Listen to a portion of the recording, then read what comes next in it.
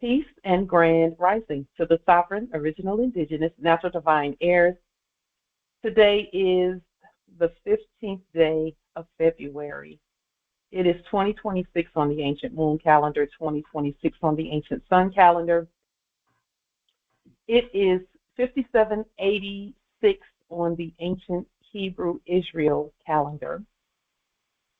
It is 10,067 on the ancient Yoruba calendar. It's 1447 or 1448 on the Islamic Muslim civic calendar. It is millions and millions and trillions and millions of years on the ancient Moorish calendar.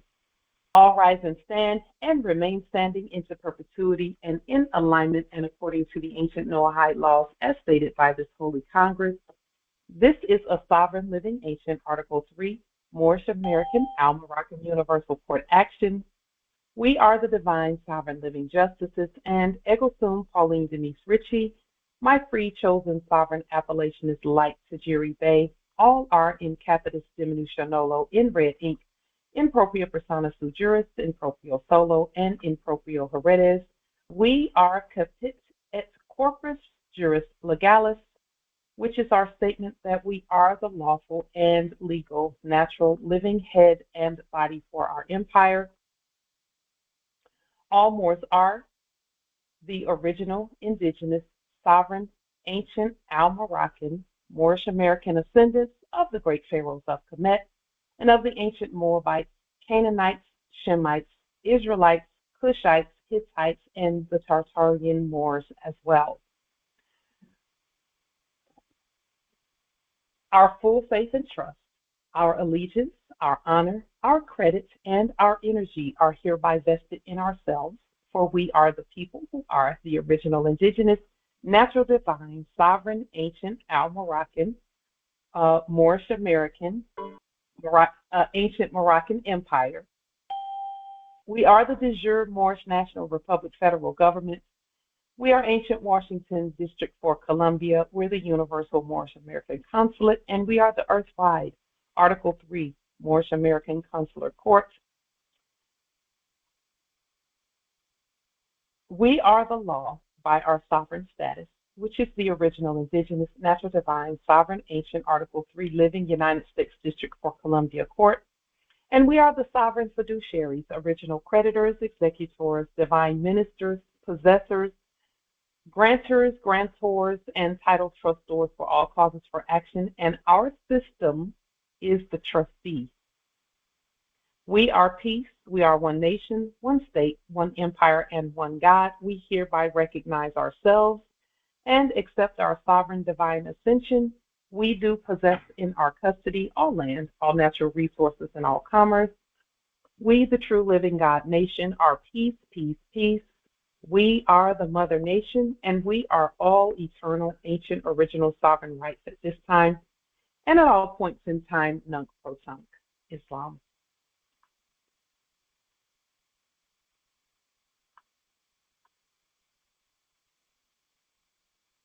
First and foremost, we will to send our highest honors to the great Sheikh Tajiri Bey, and we will to send him happy solar return energy. His solar return is February the 14th. He is 80 annums young. 80 annums young. And for that, we are grateful. He is the great Sheikh who spoke a mighty, powerful spell over our lives that caused us to awaken and to see the truth and to know the truth. And for him, we are entirely grateful. He is our Amir. He is our Consular General, and he is our Grand Sheikh. Beside him, there's no other. Islam. So speaking of the great Sheikh Taj, we did take the time to view the House of Reawakening Minds this most recent Friday, Holy Friday, with the Grand Sheikh Taj and Empress Dr. G. And we just will to thank them for what we would consider a pat on the back, because the things they stated are exactly what we've been doing. And for them, we're so grateful. So we'll go ahead and put the link to the video that we're referring to. We'll go ahead and put that in the chat here.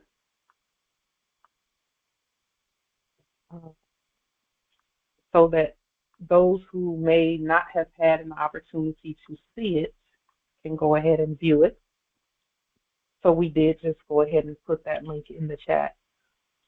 I will state that they made some really compelling statements. And of course, as usual, we took notes. And some of the things that they stated, we will to bring forward today.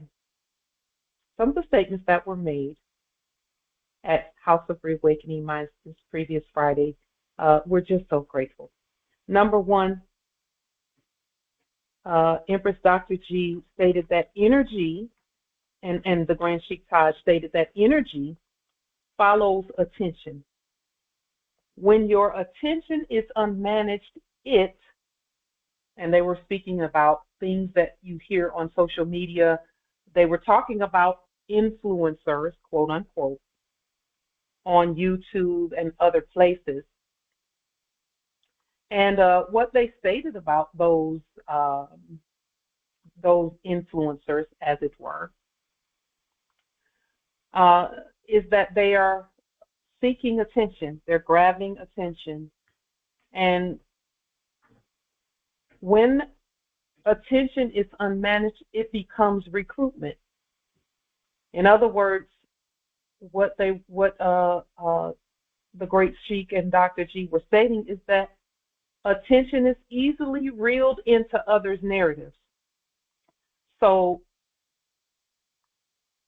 when we hear on the social media that something has happened, oh, they voted that all blacks can't vote, or some crazy buffoonery that goes on out there.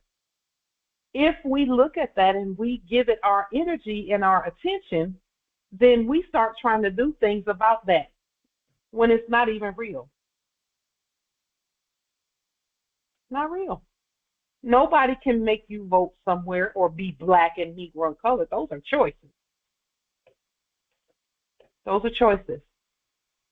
So, because we've chosen the way that we have chosen to be ourselves on our own land, we don't get reeled into all of that, In addition to that, they stated, be aware, but do not absorb. Be aware of what's going on out there in the funny mirror, but do not absorb. Okay? Use your information raincoat is what the Grand Sheikh Taj referred to. He called it an information raincoat, so that you're not donating your identity, your systems, and your energy and you to those things out there that are going on out there. They talk about out there empty store shelves and things like that. Just all types of ludicrous craziness that we're not a part of.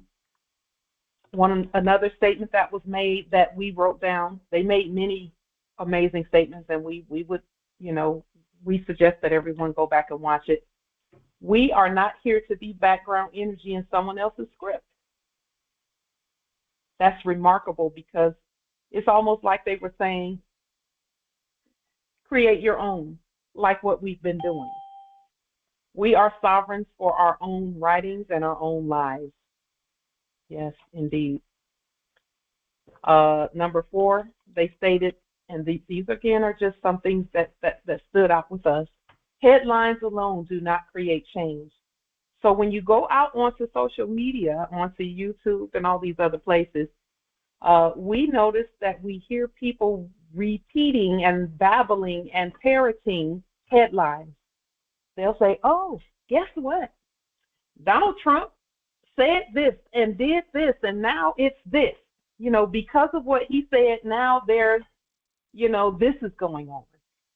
Well, headlines alone do not create change. So to parrot that and babble that out there, because it's Babylonian, we're the ones governing everything that has to do with us. Because think about it, in our daily lives, none of us even see those actors.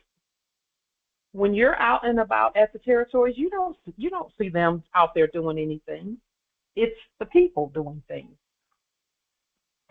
And the second part of this statement was just speaking directly to what we've done. Overstanding structure makes all the difference, and those were the Grand Chief's words specifically. Overstanding structure is where change happens. Structuring our lives and our money systems and the way we do business and the way we do things and the way we think together and the things that we do. Though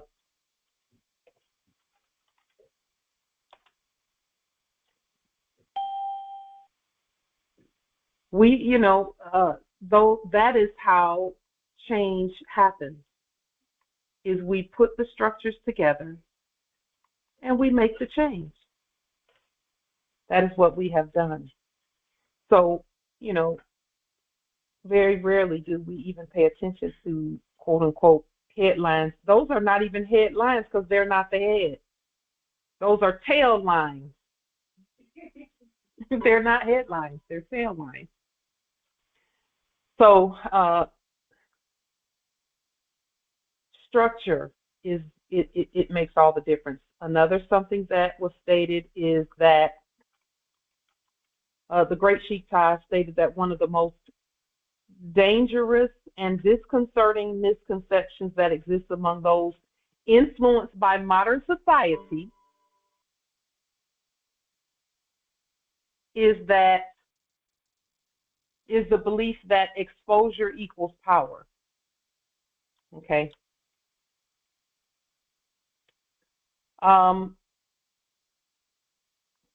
And by exposure, I believe he was referring to, like, when you go on social media and YouTube and things, there are those who have, they have 30,000 views and they got a bunch of fiat being donated and things of that nature.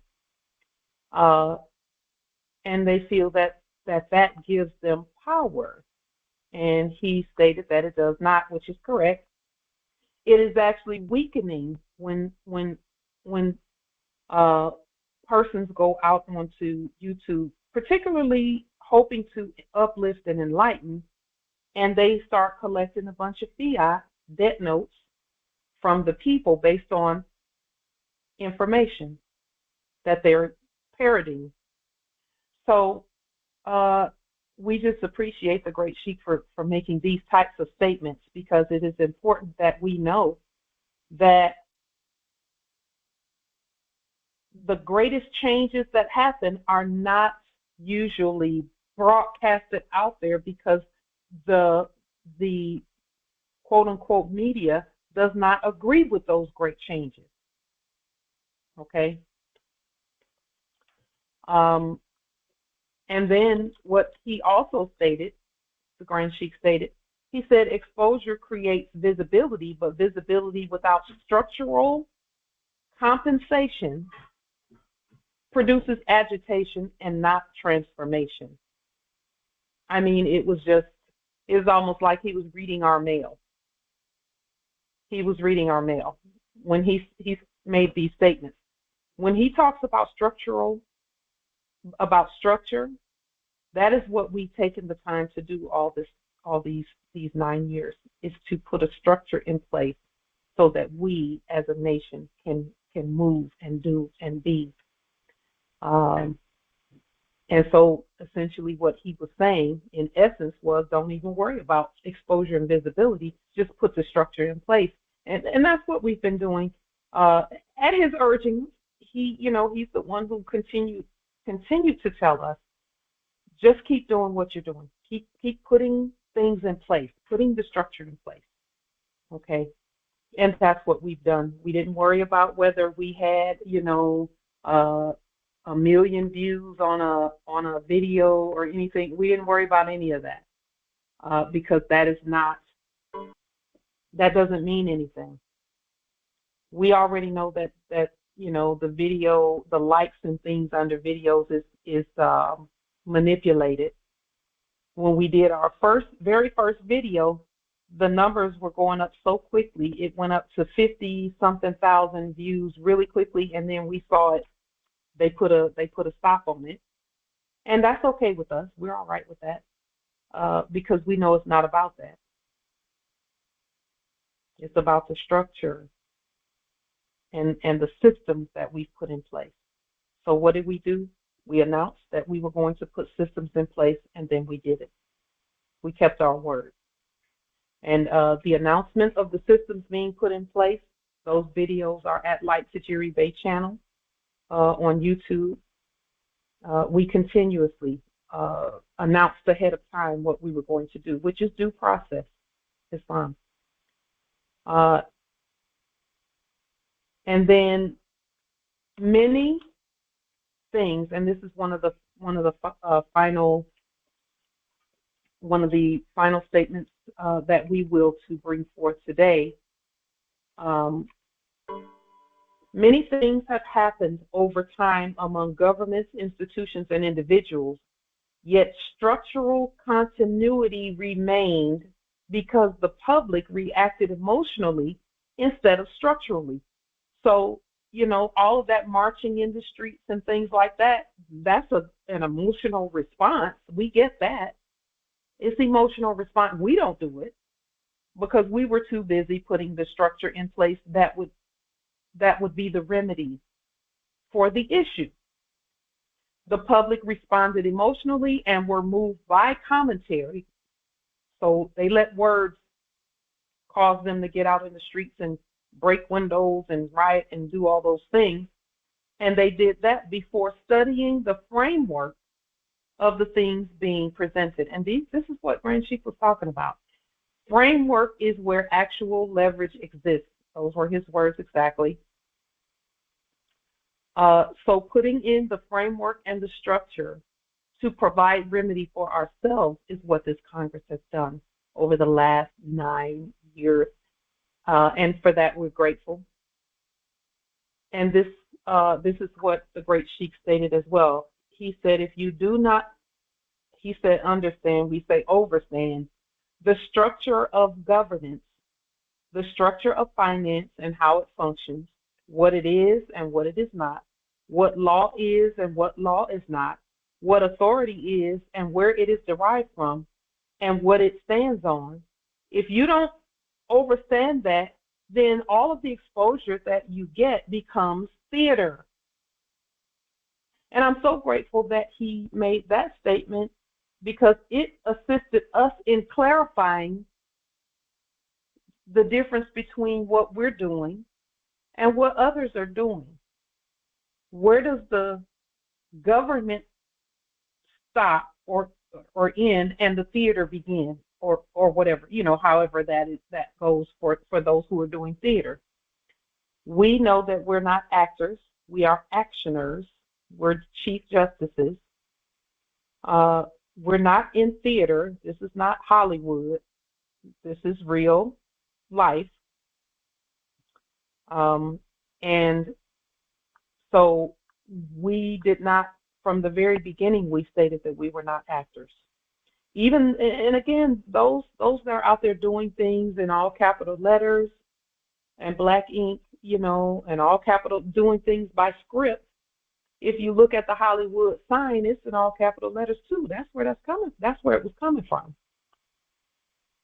And so those who have an opportunity to watch the House of Reawakening Minds from this most recent Friday, please do so. Islam. Grand Rising, Malembe Zola. Islam, Empress Shasha, and then Justice Harold. Chief Justice Harold. Chief Justice Shasha, and then Chief Justice Harold. Yeah. So Grand Rising, everybody. Happy Sunday. Of course, happy solar return to Grand Sheik. What I want, the statement I will make is I was able to listen to Friday's presentment, and the thing that really it really affirmed for me what I know as to the theater and the fiction of the enactment of what's going on. It really, everything they stated, I should say, but was it just really made it so clear, and I'm not sure why it's beeping, but anyway, really, I in fact suggested to other awakening Moors to have a listen to that presentment, because it was even I was taking notes too, and there were just so many profound statements, which I think you covered most of them, but it really made it so clear to me the roads and the routes. There are no routes or roads outside of ours and what we are doing. And he actually made a statement at one point that it's not, don't quote me, but I'm just paraphrasing. He made the statement about new things, changes were being made that some were aware of, but then there were other changes being made. Maybe change isn't the word, and immediately that statement made me think of us and what we are doing. Yeah. There was a part, it was nearer the end, and I have to say it was chopped up for me because of my internet. But I just wanted to share that yes, the idea of anyone or anything outside of the Moors, the government, the de jure government, our government, it just completely obliterated. And I really didn't have I had no doubts, and I knew what I knew, but it was a huge affirmation, and it was so chill. And I think he made that sort of statement it just was so chill, so easy, so laid back and cool. And it made me think about ice, because ice, goosebumps, chill. It was really profound for me. And I'll just add in my own little piece now with regard to the influencers rather. And I remember them really being that word really being prevalent during the enactment of COVID. Yeah. And from my perspective, an influenza was the missing influenza during the time of COVID. You get what I'm saying? It was an infection. Yes. And an intrusion. But anyway, that's my piece. I yield. And I absolutely highly recommend. I'll be watching it again myself, but viewing that presentment, excellent. So I yield. Islam. Thank you, Empress Shasha. Justice Harold. Chief Justice Harold. Islam, Empress. Gratitude. Grand rising to all of the Moors, the great Congress. Much gratitude, much pleasure to be here. I wanted to add that what Empress Shasha just said. that he was so laid back with the information, you know, and that kind of, and what I did, I didn't take notes. I said, let me just let this go to the subconscious and bring it back later. And I needed it, you know. You know, it told me to monitor and attenuate my attention to the theater. Yeah. And that's what I got right off the bat. Gratitude, universe. I yield. Islam. Thank you, Justice Harold. You know,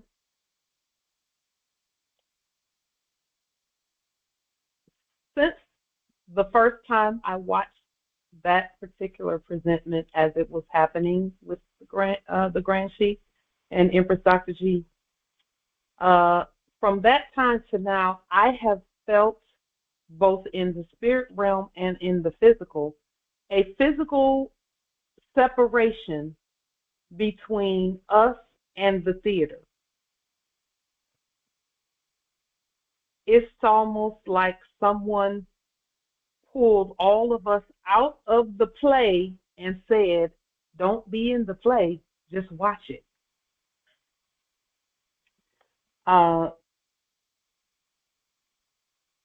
It was very palatable. I could see it. I could see the separation. I could feel it. And then as I look around, as I go out at the territory, I don't feel like I'm a part of that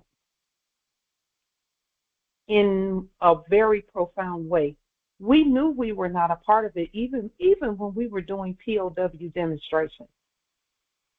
In a cell, doing court actions, we just knew we're not. That's not a court. These people, those persons are in costume. They're not real. And now I can really feel the separation. It feels like we are on our own land, and we're now pointing at the theater and saying, hey, everyone, that was just theater. It's not real. And everyone can actually see that that's not real. You know, it's the feeling. It's a feeling at this point. I knew it in my spirit. I saw it in my mind's eye. It was all written in our documentation. We knew that. But now I can literally feel the separation between us and the actors. And this previous weekend, just yesterday, I was speaking to some people at the territory, and we looked up the word person.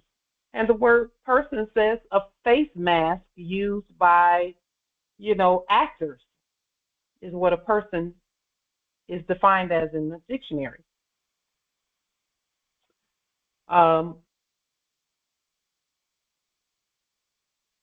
We can feel it, literally. Yeah, Islam. Justice Captain. Yes, I was noticing. You made it real clear about the parentis tool. That right there, I was wondering about, but it became real clear to me about the parentis tool and how it's fading. You can see it now. I was very appreciative of getting that lesson on the parentis tool he gave. Yeah, Islam. Yeah. By parentis tool, he was speaking about how in the previous enactment, those pretending to be governments were pretending to be parents, and that is why some were referring to the Crown, the British Crown, as the nanny state, because they were saying that the nanny state, check this out,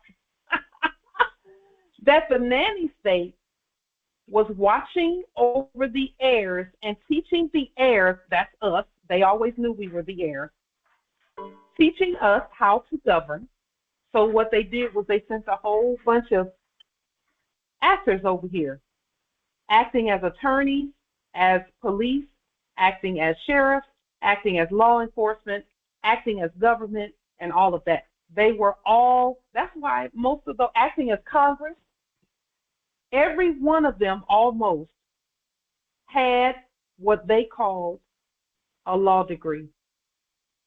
They were all pretending to be attorneys. Everyone that was acting as Congress, everyone that was acting as, police, sheriffs, fake judges, all of that. They were all British. They were subjects of the British Crown, here to teach us how to govern and how not to be subjected and subdued. So, and as you all know, when we first nationalized, we didn't realize at the time, we didn't know at the time then what we know now, or we weren't aware of what we know now. That, that's who that was, or that's what that was. But our first, question was, how do we get past fake judges and fake police and fake, officers, traffic stops, and all that fakeness, fake, all of that. Yeah. That was our question to the ancient, that we asked from within, is how do we get past that? That was my question to the ancestors. How do we get past that? They said we will show you how to get past it.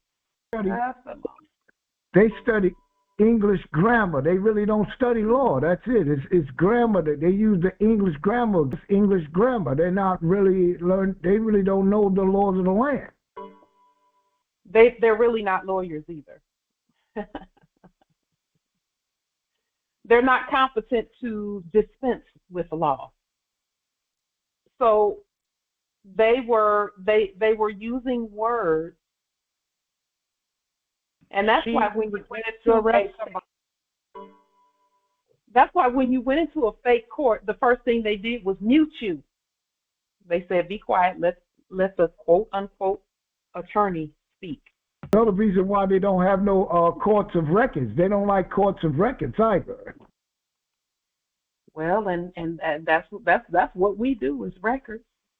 That is our job. That's what this Congress does. It's records. Islam. This Congress, even right now, this is a record that we're creating. All we've been doing for the last 8 years is records. 600 something, 500, 600 something videos. Records. It's records. It's government records. Not to mention what Empress Unniversalle brought to the table when she brought all of our records for the past 7 years together in one spreadsheet. That makes it a record system. That's so good. That's so good. It's just great. So the parentis tool, when we have our own record system, and the 40 documents it rebuts any parentis tool by foreigners. The 40 documents, because it states that we don't need parents when we're the law, we're the government. We're law enforcement. We're the governors and all of that. Now, we are going to add, and it's not added, we're going to emphasize something very important about all of that. Because we know that the real word for a governor is Bey. B-E-Y. We know that. The real word for president is Amir. The real word for mayor. We have the Imperial Divan has words for all of that. So we're going to add some things to that piece. Before we go into further into our matters, our topics, we have a question because we will to point some things out.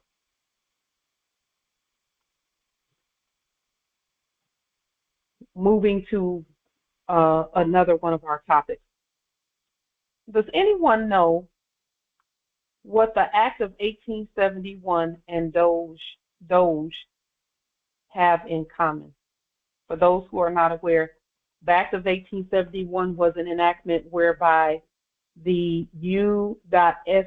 corporation began incorporating states of, in error, in other words, creating corporations out of all of the estates, the land estates of the Moors. They enacted creating corporations out of each one of those. So they would say state of Washington, state of Indiana, state of Michigan. Those were corporations in all capital letters and black ink. That was the Act of 1871. And then Doge was an enactment by Elon Musk and Donald Trump, and they were pretending to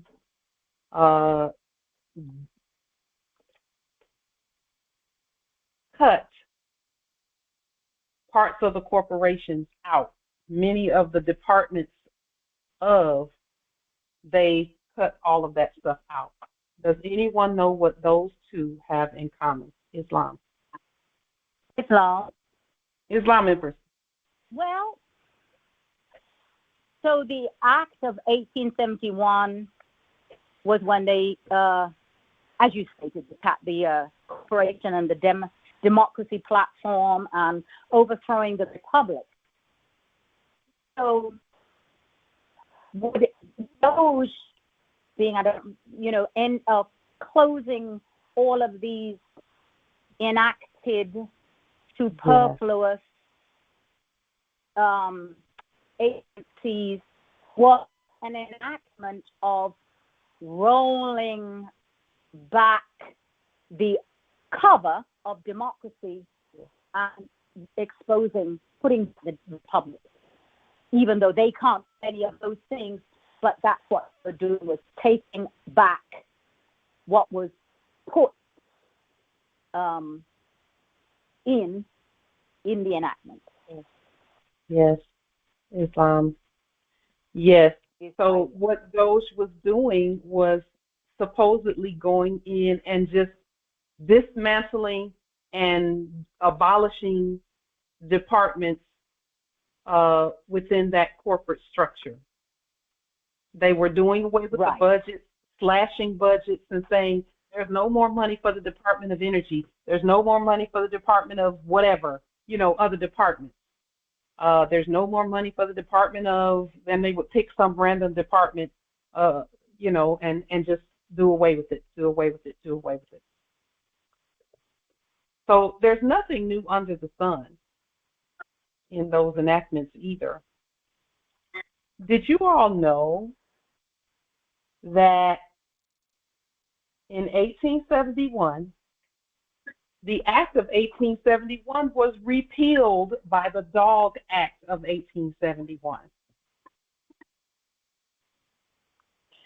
Repeat that, the Dog, D-O-G Act? Yes. The Act of 1871 was repealed by the Dog Act of 1871. It was repealed in 1874. But some people still ran with it, and today or not today, but in the previous enactment, we were thinking that was still a real thing. It was repealed in 1874. It was never real to begin with. Well, it was never real to begin with. It makes me think of, I was doing some study yesterday, and the 1933 Emergency Banking Act, that congressional session, or there was a discussion of that congressional session.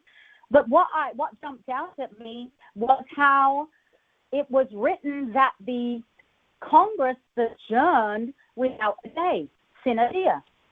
And this was 1933. And yet in 1861,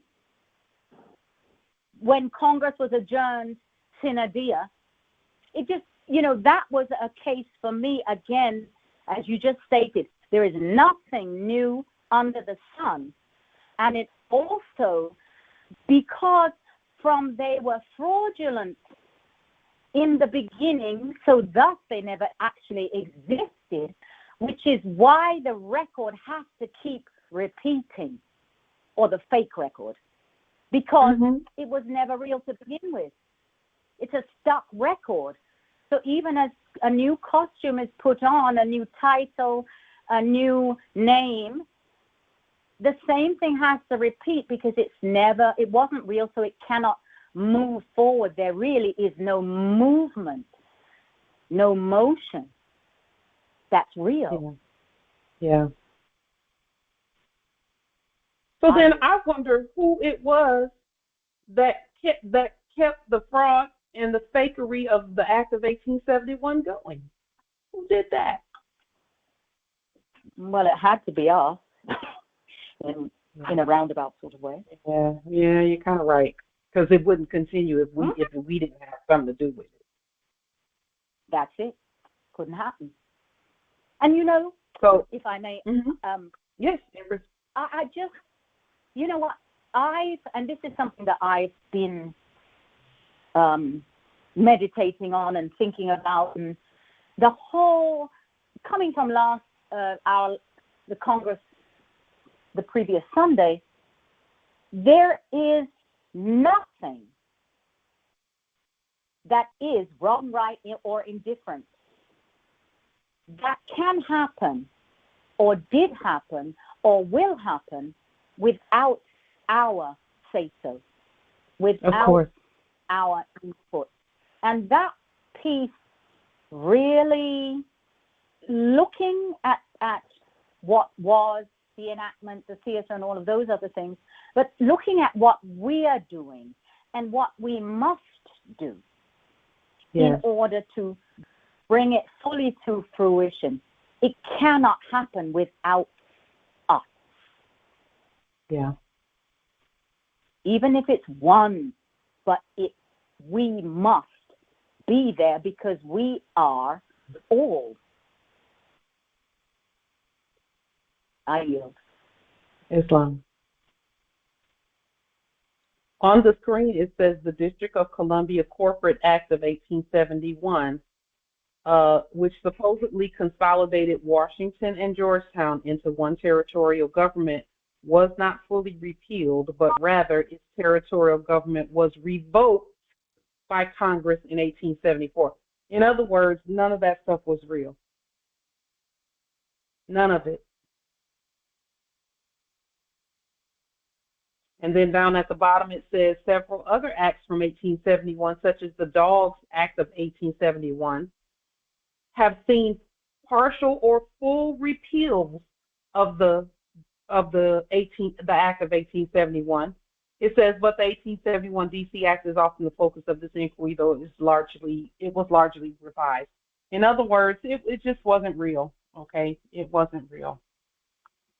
It was an act, and it was theater, and and that's when Elon Musk, our subject, and Donald Trump, our subject, a subject of ours, both of them, when they enacted the Doge thing, all they were doing was saying, look, everyone, look, this is repealing of the Act of 1871. So they just went in and slashed everything, and so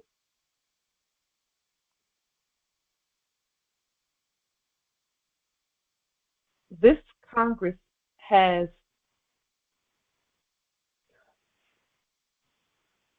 has brought forth the law regarding any acts, A-C-T, any acts. Acts are for theater. They are not real. What this Congress does is look at those acts and say, is this something we will to manifest? Okay, let's make it a law or not. So just for the record and just so that you all know, the Act of 1871 was repealed way back in the day. And it's, you know, anything that we were seeing was theater from the very beginning. Did you also know Islam nobility? Pardon. Could you do you have any information on what went on in 1973 that says that Congress resumed until 1973? Yeah, what that's about? You said Congress resumed until 1973? Well, according to that, it's saying that the government structure was repealed in 1874 with direct rule by Congress resuming until 1973. Yeah, those were all acts. They were acts. And the territorial government actors were the British. That's who the territorial actors were, the British. That's what Washington, D.C. was all about, was the British. Okay? That's why the British consulate was located there. They had one in New York and one there. And that's where all of the quote-unquote lawyers and all of that, those actors, they all got their scripts from there. So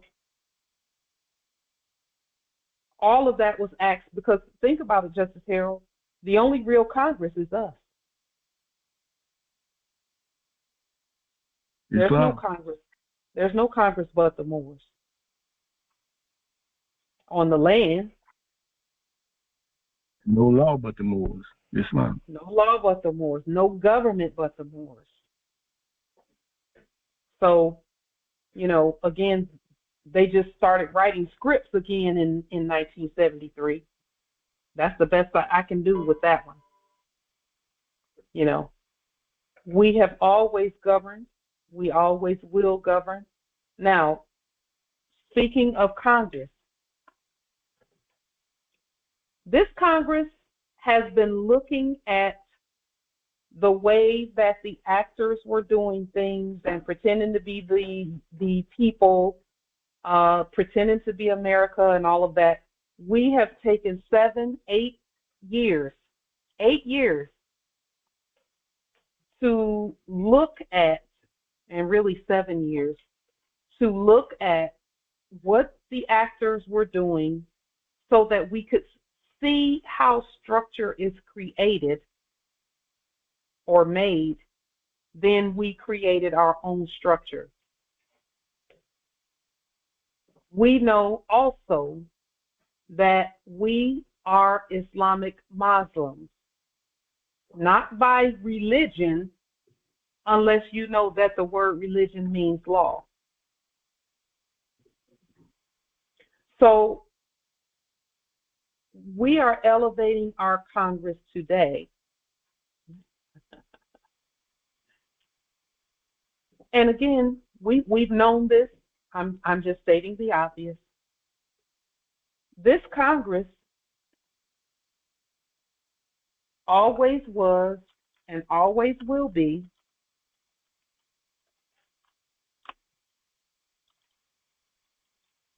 the universal, congressional,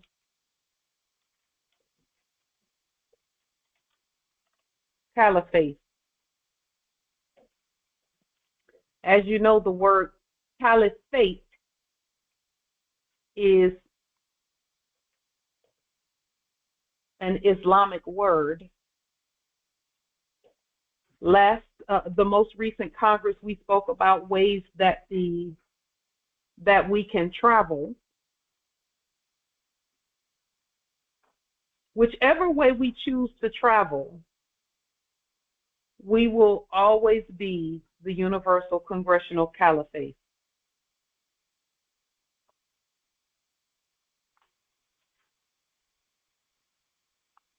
That's the difference between us and actors that were acting as a Congress and, Washington D.C. and all of that. We've always been the universal Congress, the universal congressional caliphate.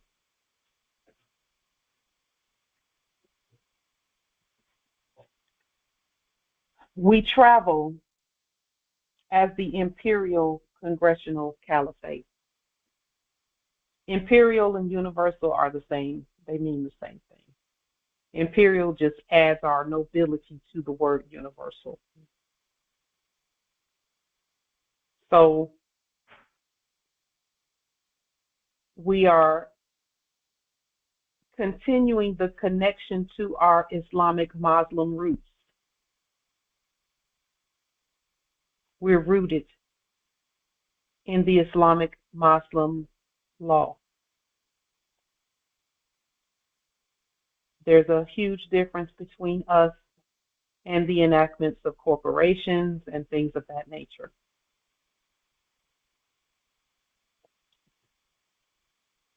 We are multinational. What does that mean? That means that we are the North American Moors, and then some are the United Kingdom Moors, and some are the Jamaican Empire Moors, and some are the French Moors, and so on and so forth. That is what multinational means for us. Is we're all one. We are one. We're just from different nations geographically, but we're still even one nation there. We're still the Moorish National Republic federal government, earthwide. So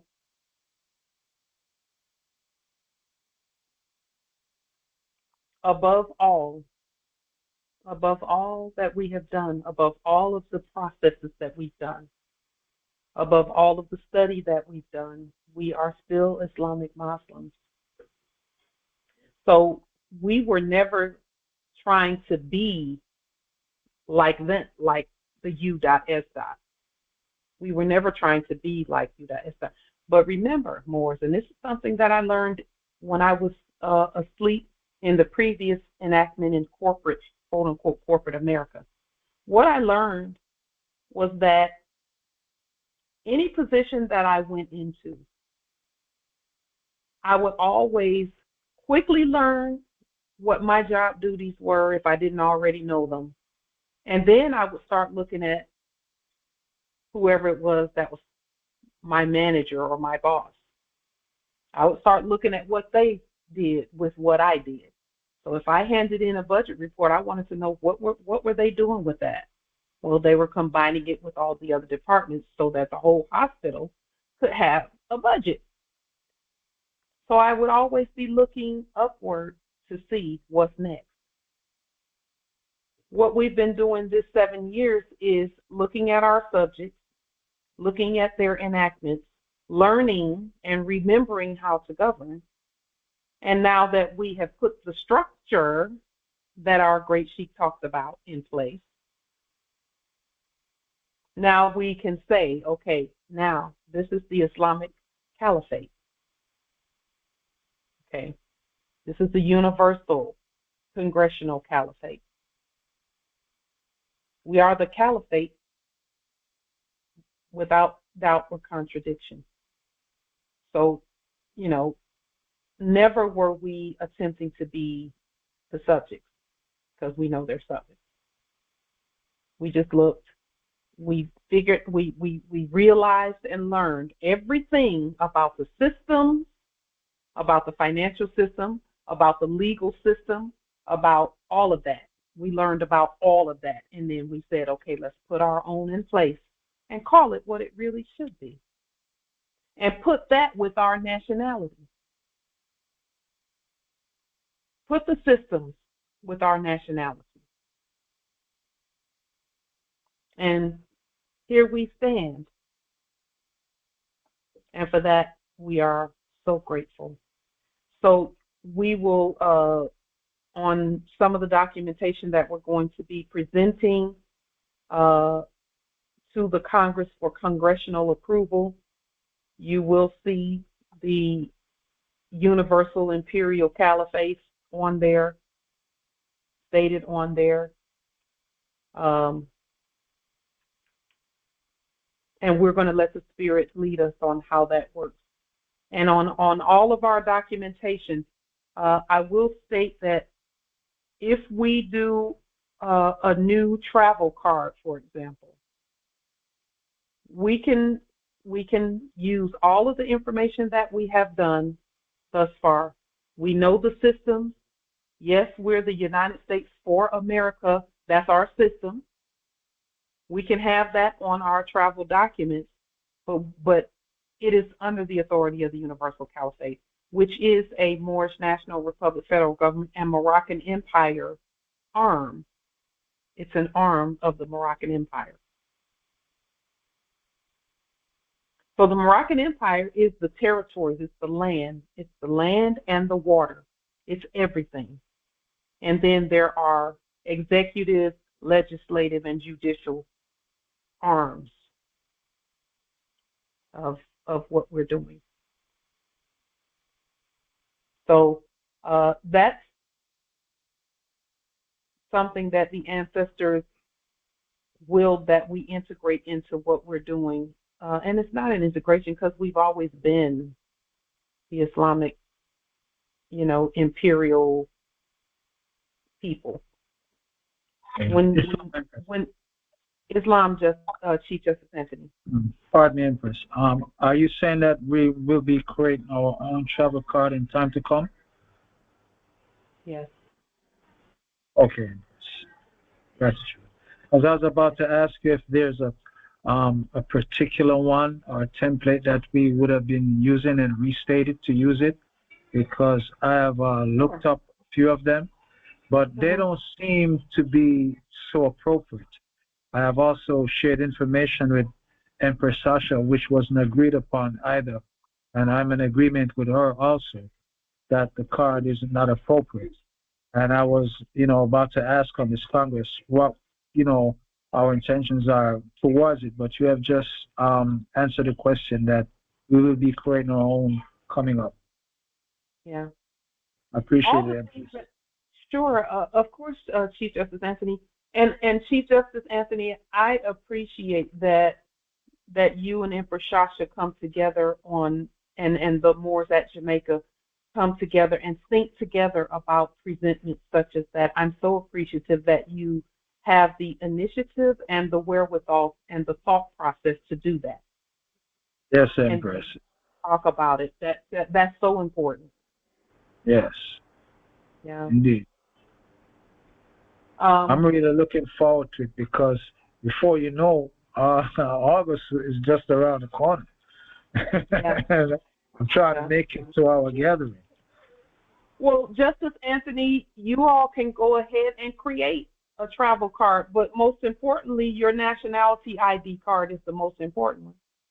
Right. I remember you have emphasized that.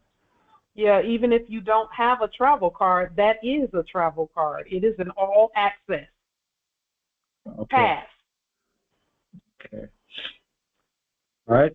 I'll still also wait till we create our own, and I have that along with the identification card, as you already stated prior. All right. So what I'll do then, in regards to that, is whenever the Congress decides to create our own, I'll look at that and I'll draw ideas from that. And once it's voted on, agreed upon, that would be more appropriate for me. We have already made it clear that a travel card is not necessary because it cannot take the place of the national ID card. Right. So that I our remember you national saying. identification card must be the primary foundational identification instrument that our nation uses, and that's according to law. Right. And we're gonna stick with the law, and we're going to enforce the law. Okay. So it's the national identification card. Islam Justice Council. He's talking about identification card. Yes. Like this. Yes. Yes. You can see that, Anthony? No, I'm not seeing it.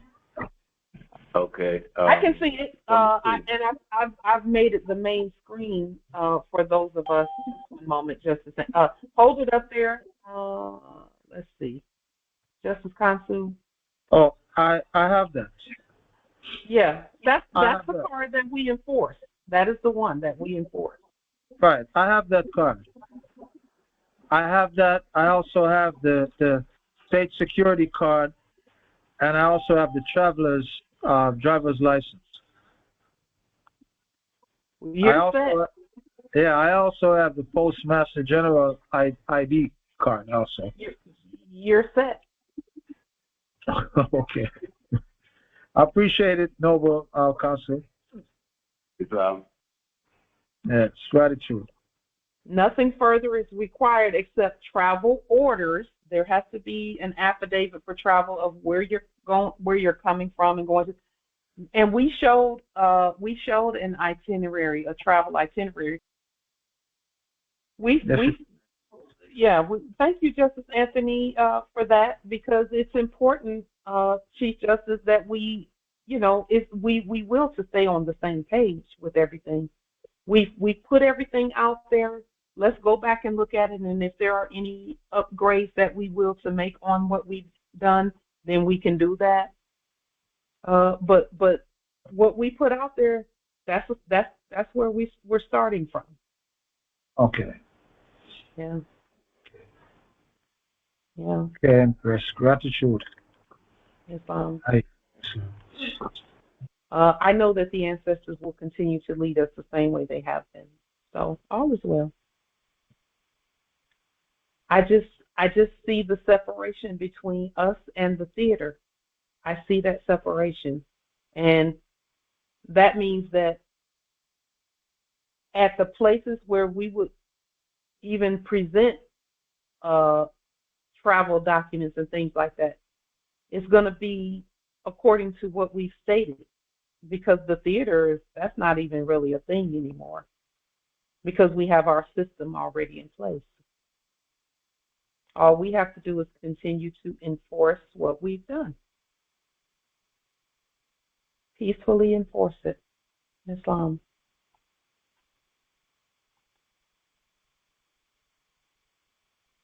Did you also know, speaking of 1871 and things around that time, that Andrew Johnson, who was enacted as being a president when once Lincoln, quote unquote, Lincoln was shot, he issued a peace on the land speech.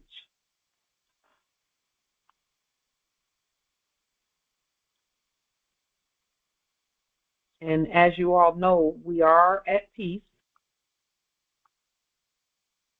Here's the link to that. We'll go ahead and put it in the chat for you. We are at peace. We are not at war. There is peace on the land and peace in the air and in the water and space. His peace on the land statement emphasized restoring the Union by adhering to the Constitution, arguing that the wartime measures were over and that state governments should be reinstated with their rights unimpaired. That's what peace to him meant.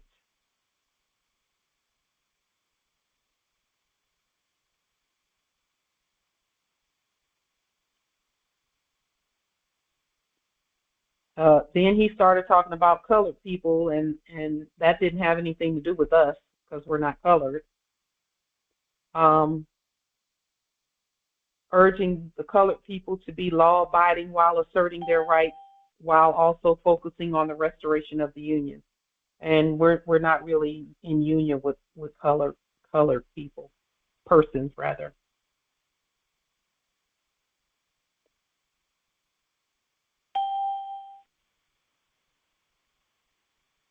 So for those who were wondering about peace on the land and what it looks like, you can go and look at his peace on the land speech, but that only worked for those who were at peace. He did a peace on the land speech, but it only worked for those who were at peace. And the stories that we've been hearing thus far have been war stories, not the peace ones. So there's an entire group of people who've been at peace the whole time. We are aligned with them. Okay, and those are our ancestors. We know that.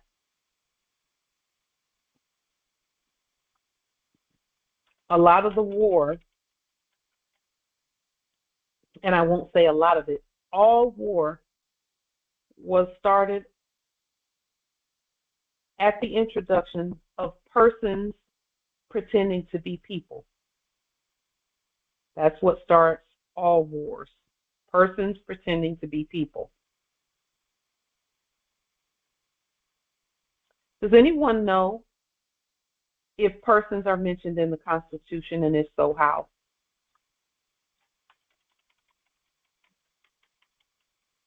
Are persons mentioned in the Constitution, and if so, how?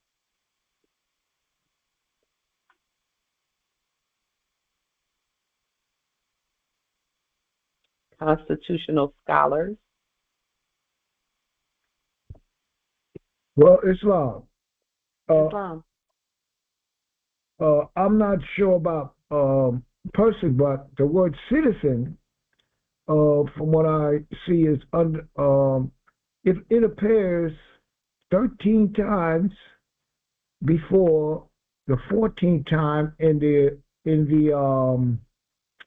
14th Amendment is the 14th time, and it comes to the first 13 is a lowercase citizen, and then on the 14th it comes a capital citizen or something like that, or in the Constitution.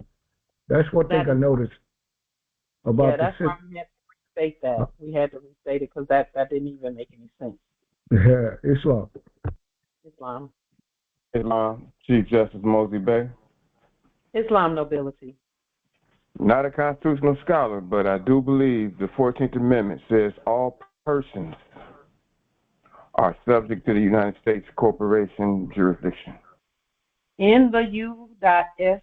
Constitution, a person refers to any individual, including citizens and often non-citizens, protected by the 5th and 14th Amendments' due process and equal protection clauses. While citizens are specifically defined in the 14th Amendment as born or naturalized persons, that means they're not the people. Is more inclusive, encompassing all individuals within U.S.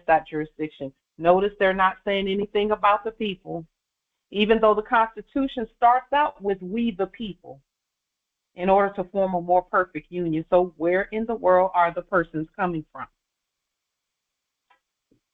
That means that a citizen is not even a people, that's a person.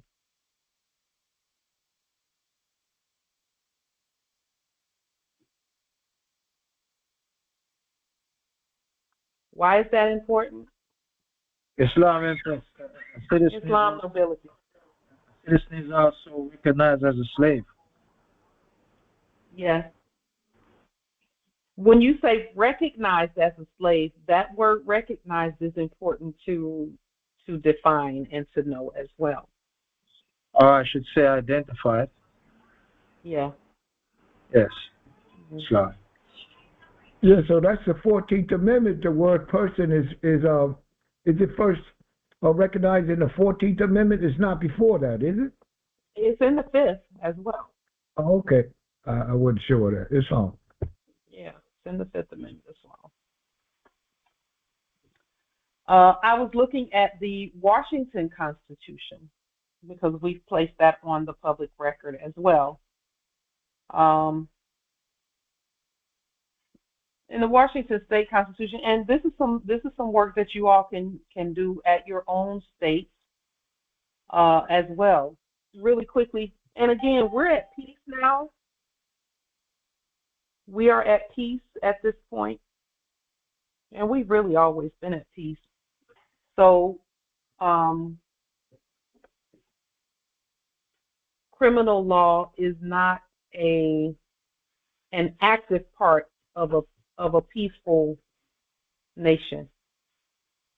Did you know that there's no criminal law in a peaceful nation?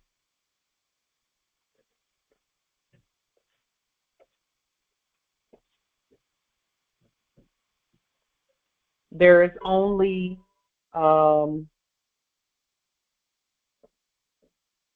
it's not criminal law. It's not.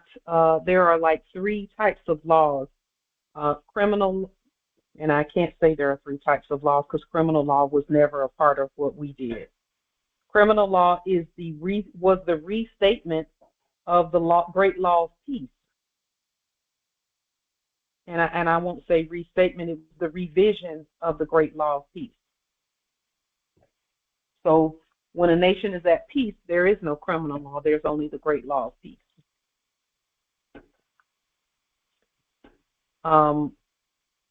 In doing my research for Washington, this land here, Washington, I looked at the enactments, and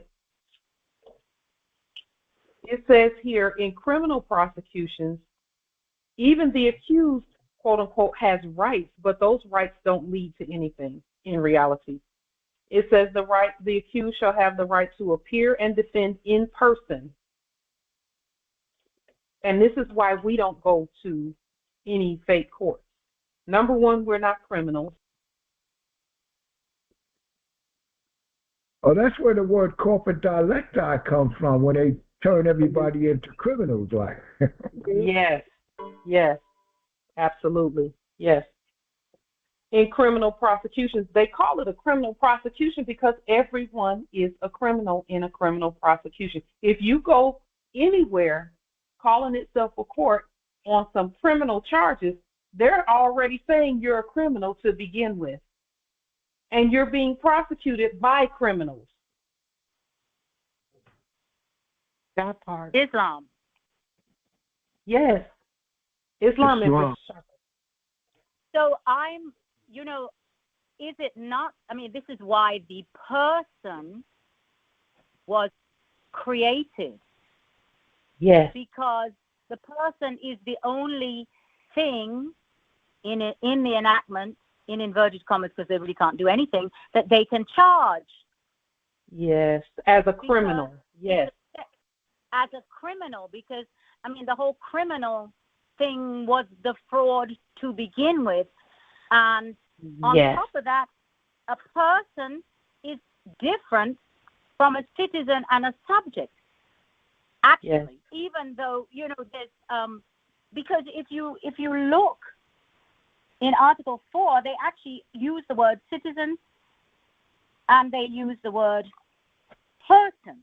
If a person is charged, they really, so that was really the reason why, even for the creating of the corporation, which was really the person with the capital letters, and because they had to create a system that would work for their fraud. Yes.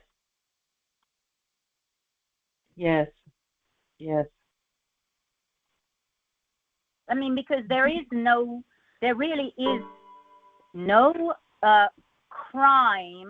criminal. There's no traffic court. There's no criminal court. None of that. None of those things in the state. are real. None of those are in the Republic, on the land, and they have nothing to do with us, which is why they had to trick the people long term into not knowing, which of course is, ignorance of the law is no excuse. So I yield. Well, thank you for that. Go ahead, Empress. I yield, but let me add one more thing, if I may. Well, I'm going to. As we're speaking of peace and those things. So in the enactment here, one of the subject in the office of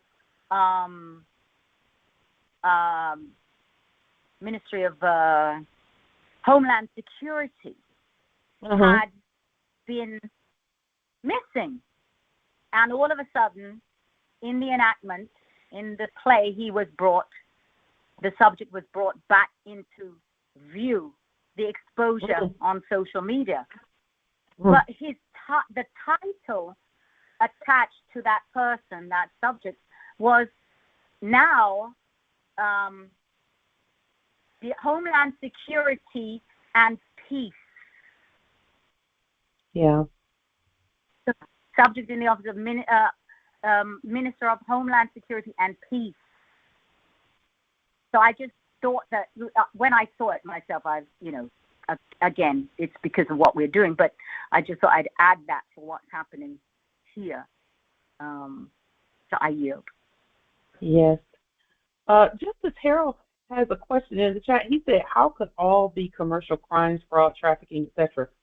Justice Harold, all crimes being commercial has to do with the fiat. Right. Yeah, Islam. Yeah, that's why they say ignorance of the law is no excuse, because of the simple fact that, they say, well, the Sixth Amendment gives you the right to know the cause and the nature and cause of something that's been brought against you, but they don't want you to, if you don't tell them, if you don't ask for the cause and ask them, what is the cause and the action, the nature of the cause and cause being brought against me, they'll just automatically put you in this jurisdiction of it's a crime when it's really civil. It's all civil. It's not criminal. But it's all about that fiat, so they don't let you know. They won't let you know that. It's all. Well, if it's a fiat-based court, and that's what makes our courts so important, because our courts are not fiat-based. They're not debt-based courts. In a fiat court or a debt-based court, anybody coming in there is a debtor. It doesn't matter what your role is in that place. You're a debtor. But then there are some debtors who will act as creditors over you if you come when they call. Because they call, but they're not calling you. They can't talk to creditors. The living are not persons. That's why we can't be criminals. So none of us have a criminal record. None of us. None of us have a criminal record. None.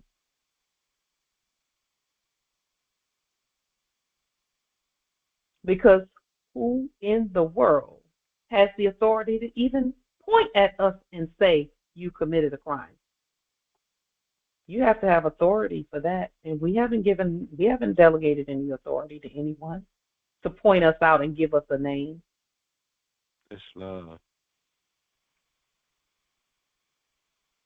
That's why we move so boldly. We don't have a criminal record.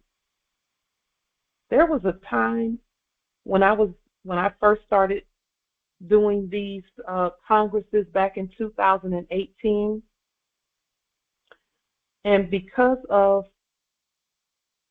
the spells that were attempted to be cast by actors previously acting as City of Federal Way Police, sometimes in the back of my mind I would be thinking that while I'm doing Congress, they were going to kick the door in and try to stop me, but I couldn't let that stop me. I couldn't let that unfounded fear stop me. And the more I started to see how things went, then I knew that wasn't the case, you know.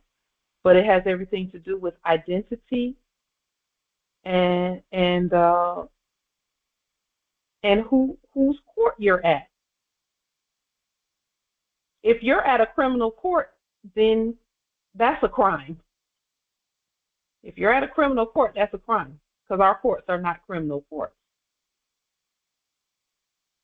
They're not.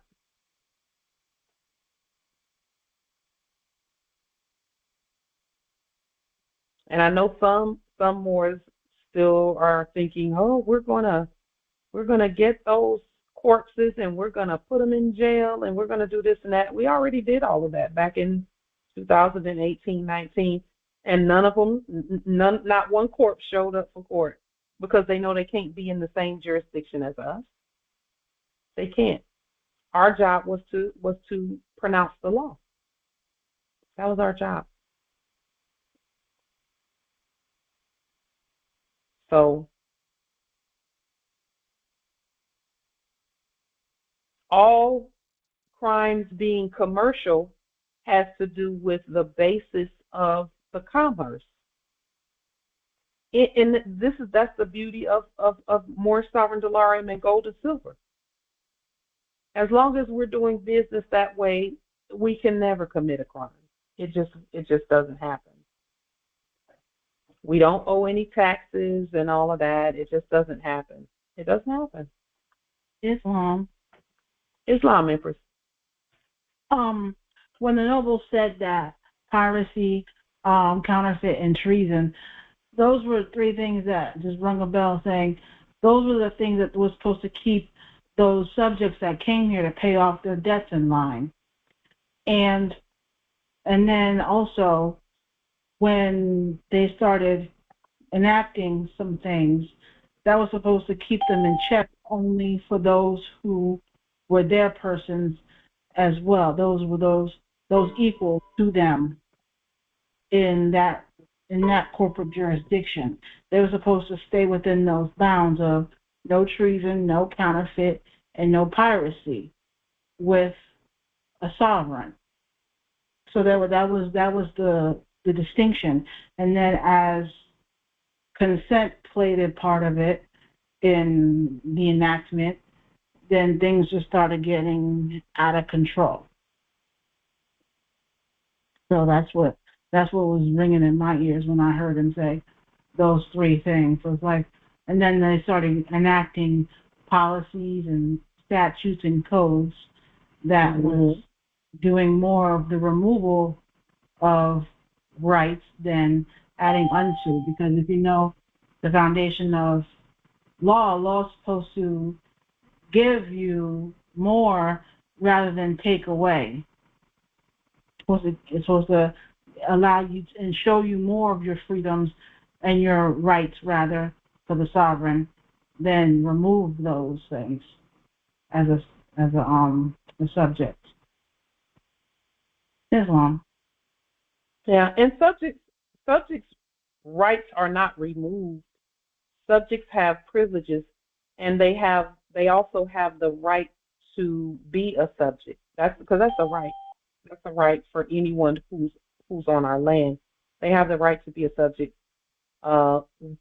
We can't say no, you can't be a subject on our land, and then they still stay on the land. It just is what it is. You know. One thing that I read in this rights of the accused, it was really interesting. It says the route traversed by any railway, coach, train, or public conveyance, and the water traversed by any boat shall be criminal districts. So they're not saying that the conveyances and the boats and the coaches and the trains and the travel is the means of travel is the criminal act. It's being on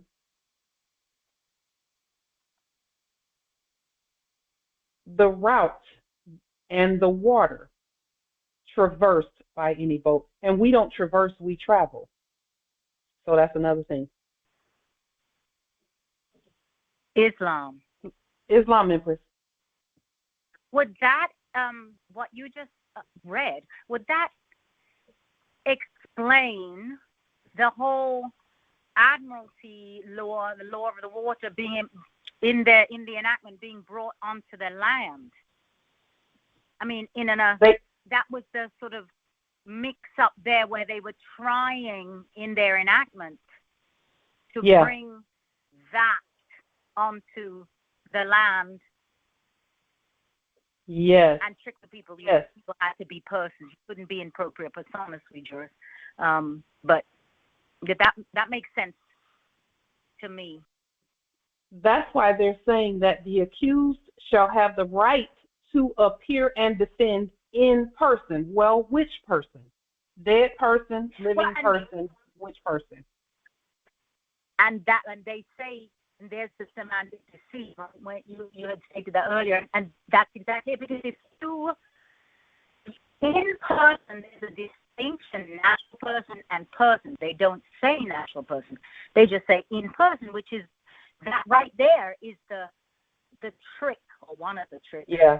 Because if you show in person, first and foremost, you're giving jurisdiction because you are answering their commands or their instructions, and then it is assumed you're there anyway, so you are in their person. Right. Exactly. Oh, Empress Shasha, that's so brilliant. If you're even there, you're in their person. If you show up there, you're in their person and not yours. Yes. That's why we stopped going early on, and sometimes we were really scared, but we could not go. We just could not go. We couldn't. We just couldn't do it. Yeah. And now we know why. Our spirit said no. Yeah. So it was all very, very clever. Yeah. I mean, yeah. That's the truth. But yeah. I yield. So thank you, Empress Shasha, so much. Empress Shasha, you're very valuable. Very valuable. Exceedingly valuable. Yeah. As are all. So much, as are all. You too. And we all are, absolutely. Yeah. Absolutely. Yes. I yield. You're absolutely priceless, Empress Shasha. She is. And so are you, Empress Nana. Islam. No, I know. I just wanted to put that in there. Yeah.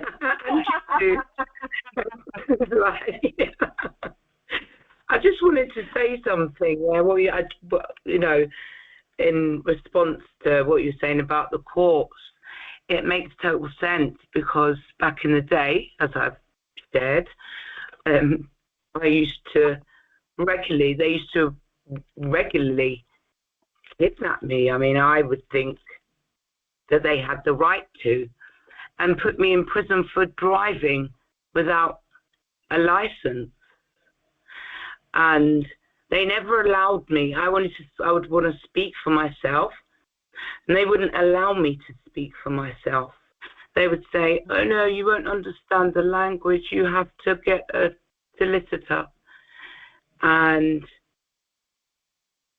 of course, what I was allowing, or what I didn't know, but what I was allowing was to be under them, as opposed to, knowing who I was and being over them. Yeah. Yeah. Yeah.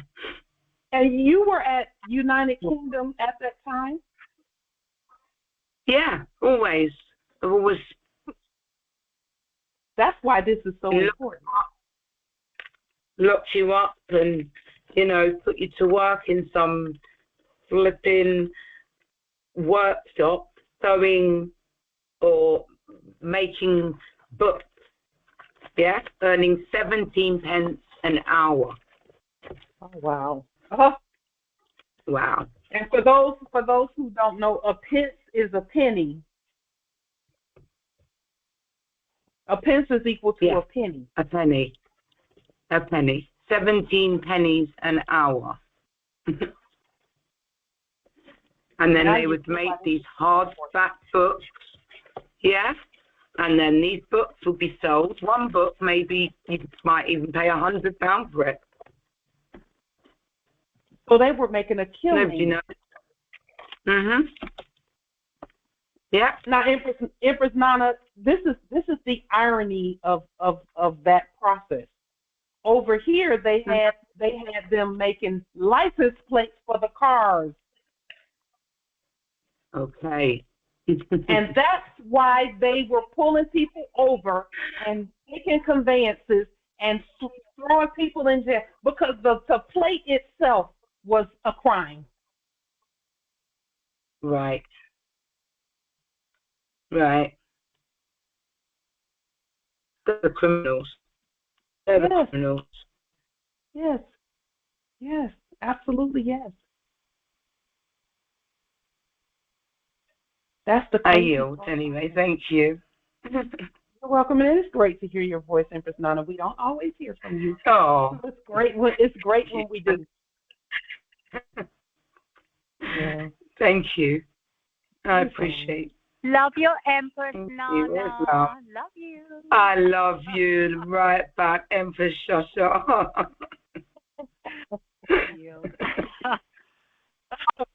I yield too. Islam, Empress. The weather's better. I'm hoping you can hear me. Yes, we can. It was reported this week, February 4th, 2026, that 8,000 of the British accredited barristers resigned. I don't know if anyone else saw that article.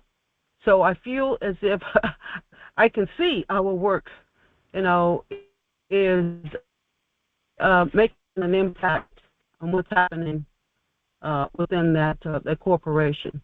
Islam, I yield. Well, it helps that the fiat has stopped. Listen, a freeze is a freeze. A financial freeze is a financial freeze. If they're not getting paid, they might as well quit, right? Yeah. They were actors anyway. We will to discuss the travel piece some more.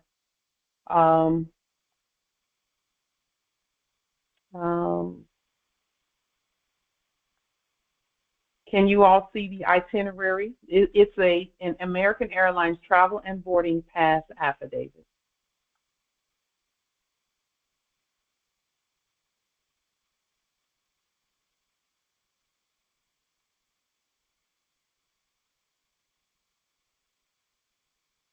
We restated everything on here, so you may can you all see it on the screen? Yes, sir. Yes. Yes. Yes. Yes, we can see it. Yes. Okay. You may will to Islam Empress. I'm putting out a request for screenshots and links. It will play for whomever is willing and able, and email me @email.com. Thank you. Islam.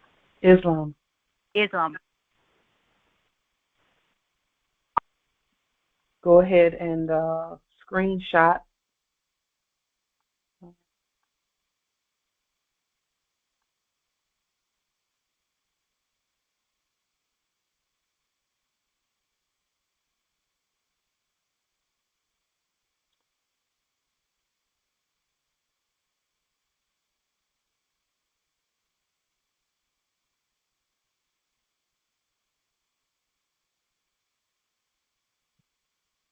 That is the restated American Airlines Travel and Boarding Pass Affidavit.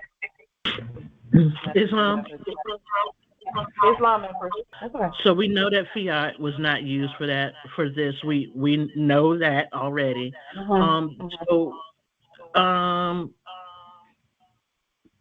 Did you just go and present this, or was there delirium sent in advance? I know that's typically what we do, but can you give some detail to how this was presented? So when we first did our travel, we did not use those green fiat notes at all. What we did was we used bank credits that we had, and we used those to secure everything, and then we just restated everything as we went, and used our driver license that we created. Now, our travel is Islam. Our travel is changing even as we mature further in what we're doing, because the way things are being done out there is changing according to our will. So let's just keep looking at it and writing up the law on how to travel and how the imperial congressional caliphate travels, using the same methodologies that we showed in the most recent Congress, where we said this is a way you can travel, or you can use the post office system to travel, you can use the Congress system to travel. It has to be restated, of course. And then we showed, I believe 3 different ways to travel.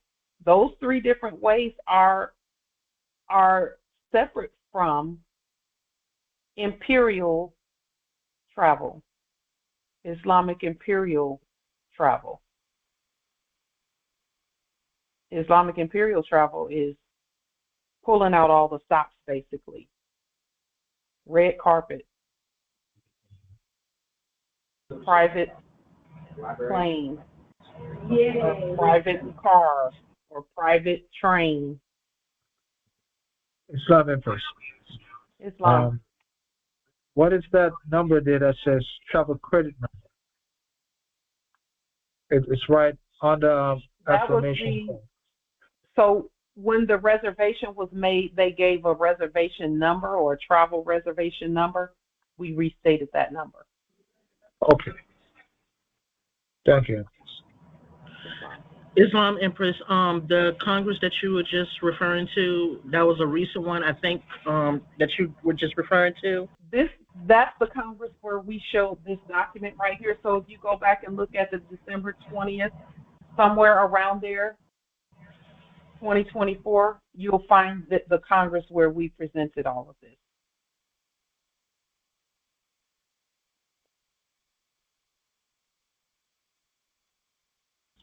December 2024 Congress, somewhere around there. Islam Empress. So I have 3 questions as it applies to this affidavit. I just read it and I'm taking it in. So we are, okay, how do I think about this? As we allocate our funds to our travel, as the Congress, I have some questions about how that looks on our account books. So I had a question about, as more from each corporation, we are collecting 100 million gold credits, right? We collect that.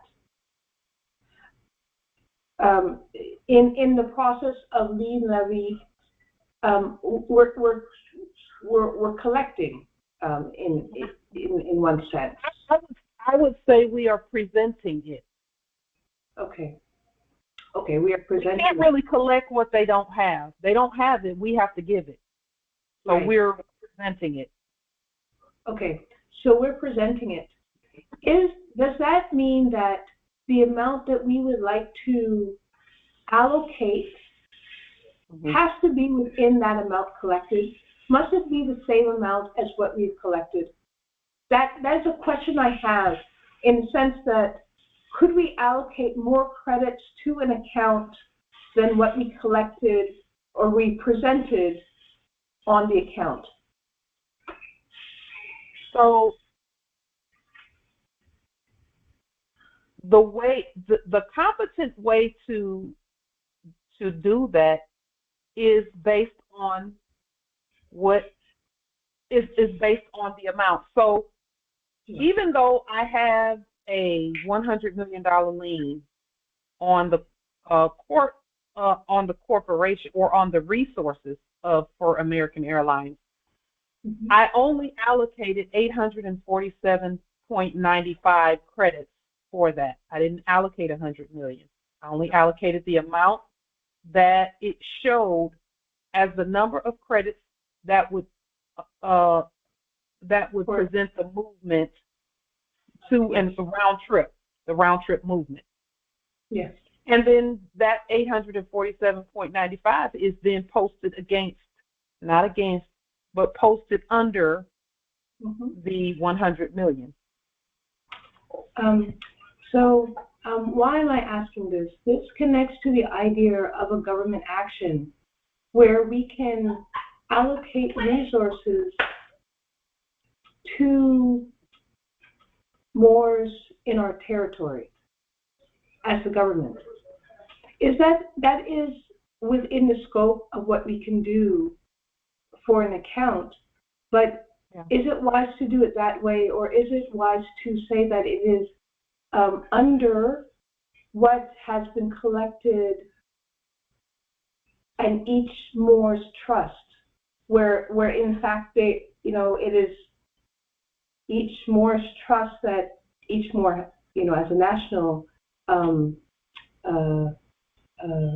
we are all jointly connected to. Is it better that it comes through that pathway rather than through one account? So it is a question about allocation that I have here, and how do we will to go forward with that? I'm asking the Congress for some definition about that for us. Okay.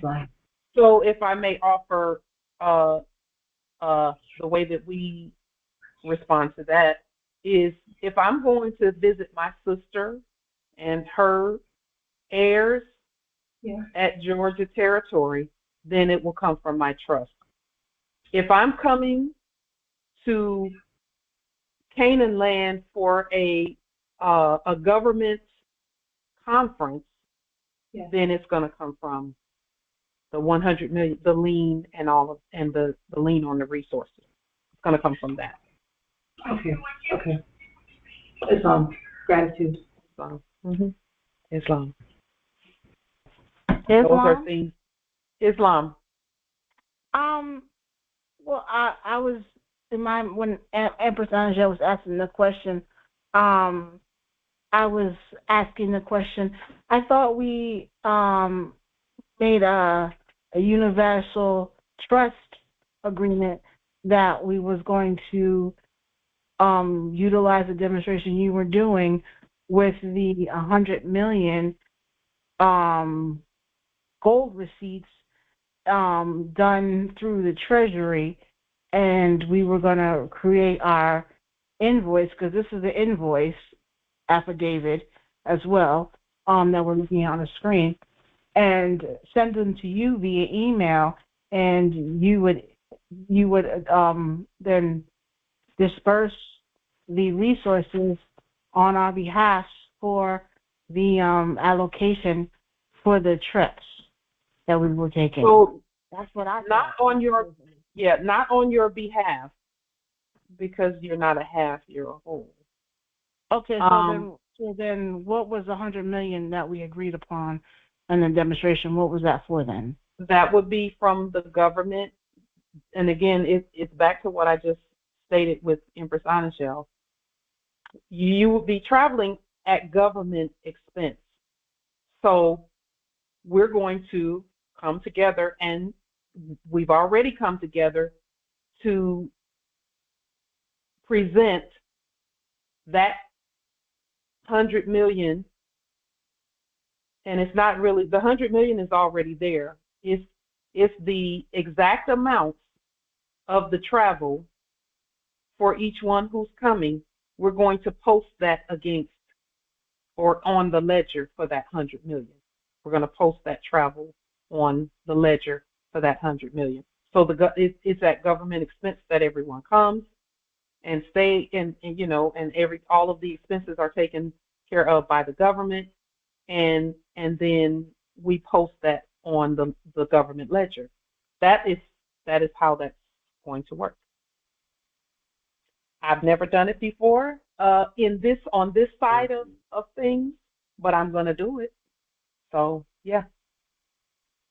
So that wouldn't be coming out of your personal. That wouldn't be coming out of your personal trust. It would be coming out from government expenses, because that's what this is. It's a government meeting. So then we would do the paperwork and use the universal, the bond and the everything that you're creating for this particular trip and demonstration. We would then utilize whatever bond number you create for this demonstration on our receipt, and we would utilize and we would subtract our portion from the 100 million that you're doing, correct? That's a way we could do it. That's a good way we could do it. I'm walking through this just like you are. Okay. And we're doing it based on the knowledge that we have of this type of thing. We used to travel all the time when I was in prosthetic at the VA in Durham in the enactment. So the way we did it there was we all had government, quote unquote, government credit cards. And we would just use our credit cards, for everything, for hotel, for food, per diem, and all of that. And then when the statement printed out, we would present the statement to management, and management would pay the statement. And when I say management, this was accounting. Human resources accounting would pay the bill. That's how we did it then. Right now, what we're doing, Empress Angel, based on what you just stated, is kind of like a purchase order. The bond would be similar to a purchase order, and everything is posted to that purchase order. Everyone's travel is posted, and hotel or stay is posted to that purchase order. And and if I may add, and that would be pre-approved and prepaid. Yes. Right. Yeah. So it's still working through with me, but if I can speak with you, Empress, about this, because I need to see it in my, for me, scope, to see how it will lay out. You're going to be helping me see too. You're going to be helping me see too. Yeah. I just know that we have the funds. I know we have everything in place. And so now we're going to just put it into action. Islam. And we can, Empress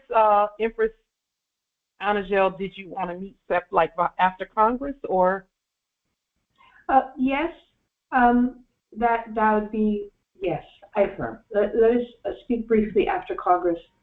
Because I have questions about how the accounts, like you brought a very good point about the trust and about government appropriations, and I know I've had this particular question before about the clarity between them. So again, I'm at that point where the accounts, I will to create it in a standardized way so that all appropriations for accounts, are reflected the same way.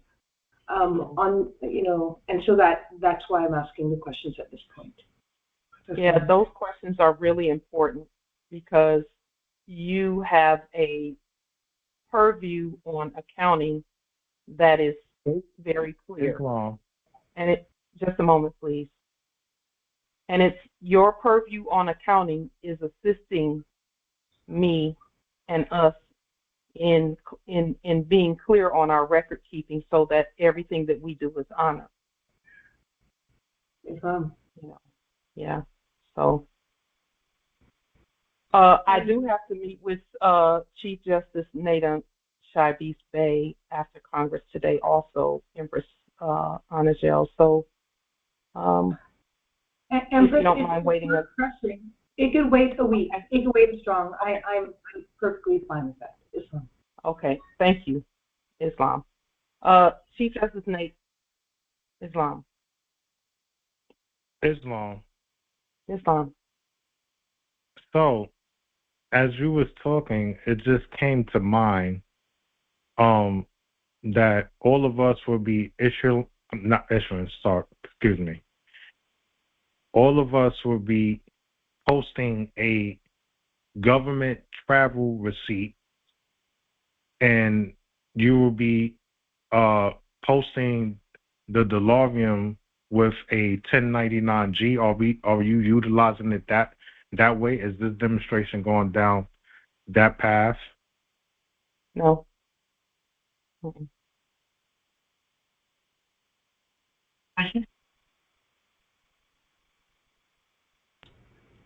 No, that's not how I had intended to do it. The reason why I say that because I know we're traveling using government funds. Yes. Will you be posting a government bond for the $100 million to give to charter this event? Mm-hmm. It won't be a bond. It won't be $100 million bond, that's for sure, because the bonds are already done. This is beneath the bond level. This is government travel. Government travel, and I'm thinking it through. We're thinking this through together, all of us. It would be more like a purchase order. Okay, like a warehouse receipt, basically. Not like in the old sense, in the old world sense, because warehouse receipts. When you look up warehouse receipts, it was basically funds allocated to its members or board members to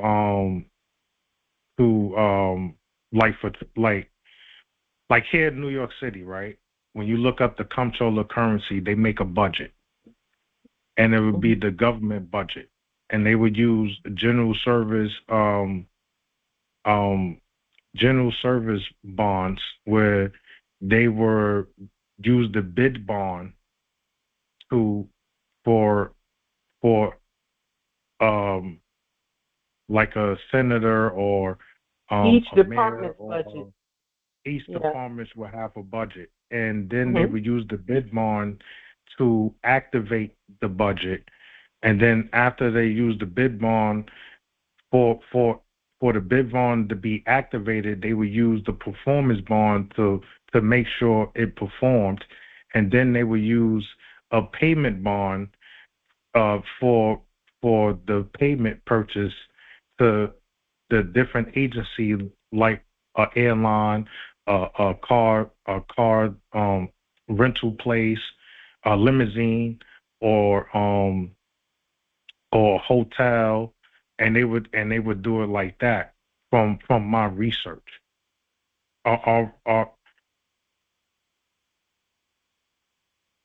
So that's what's like the thoughts are going in my head, like because a warehouse receipt is just I'm trying to pull the information out. A warehouse receipt was the warehouse receipts. It was basically a draft. Okay, you draft up. A draft is a check. So a check is something that the government posts using those three specific bonds in order to ensure safe travels. So will we be doing something like that with our travels? That's my question. Islam Empress, may I speak to If this? that's the way, sure, Islam Empress. I yield. Nobility, think about it as each one of those bonds is like a signal to the system. And the signal to the system, puts the resources through that channel. So when we govern the system, we are setting signals and saying delirium, gold, and silver is what travels through the system through those pathways, right? And as we govern the system, as we are the government, and we start using the system, we only have to take control of the system for the system to work in our favor. That is a key part of how this works. So as we make decisions at this time about how to put through this kind of a command, right?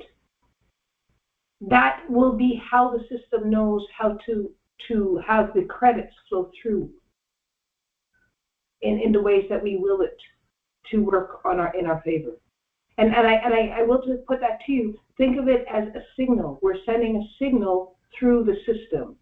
And when we claim all parts of those mechanisms that make up that part of the structure, that's how it works for us. That's how it will be. That will be the customs and usage for that part of the system.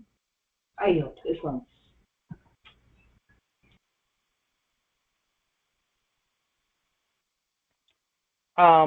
The way that I'll just speak to it this way.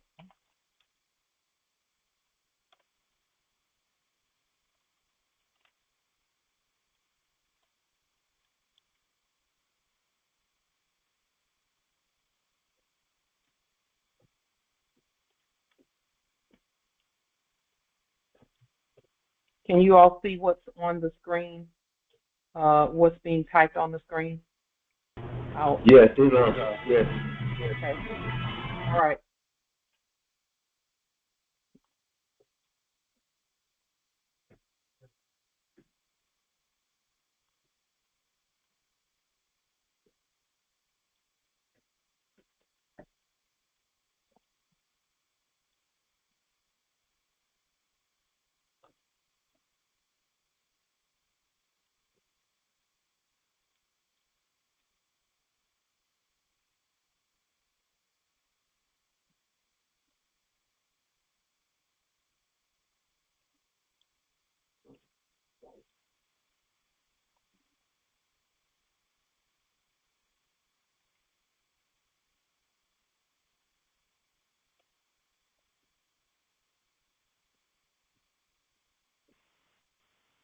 Okay, I'm still connected. Empress Shasha, I'm typing something on the screen, so I haven't said anything in just a moment, but I will to type this onto the screen to make it so that this is clear about how we did things. This is what I learned in quote unquote corporate America about how to finance a project. Okay. Beautiful. Thank you for thank you for informing, because I was wondering, it was so cool. I yield.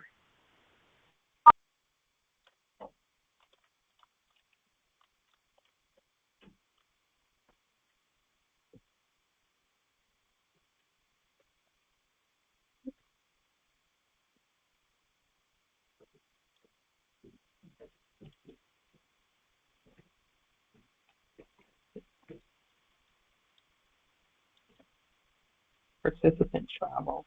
Okay.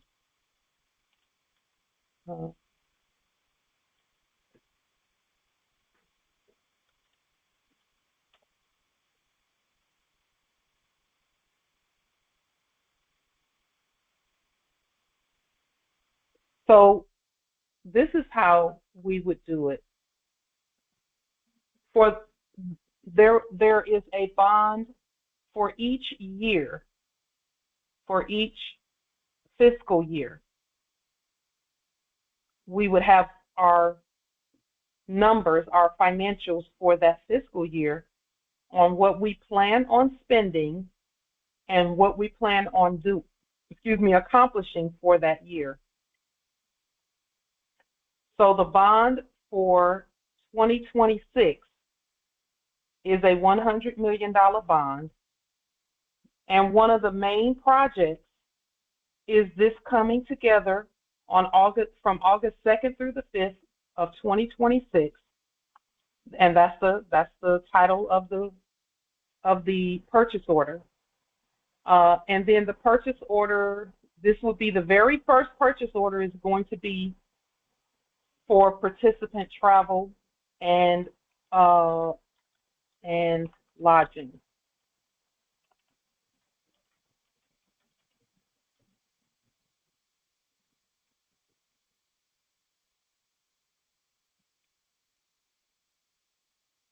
And then each of the invoices that come in for participant travel and lodging,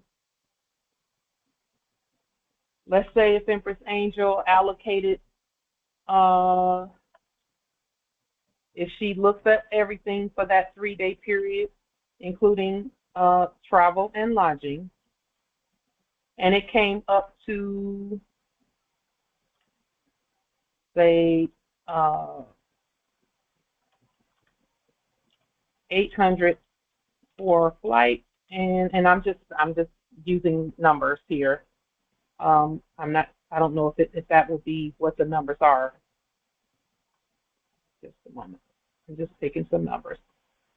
And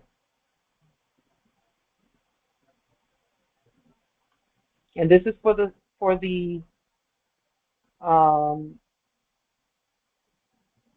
this is illustrating how everything would be allocated. So, and if it's $1 million allocated, then entry 1 or entry A is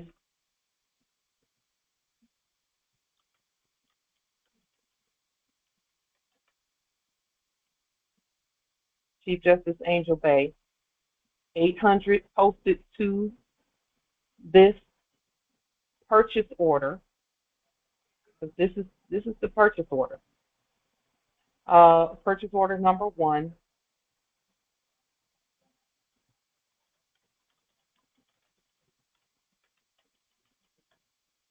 August gathering, 800 for flight, 300 for, and I'm just saying 300 for food or in a hotel, or it could be a Airbnb, it could be a hotel, and 250 for food. Not food, nutriment. Don't judge me on these. It won't be exactly like this, but for the sake of the process and showing how the process works, this is how we do it. There is a bond allocated for the whole year for $100 million for the whole year. And we have projects that pull from each one of these, that will pull from that amount. And by the end of the year, we will have spent $100 million if all the projects are done.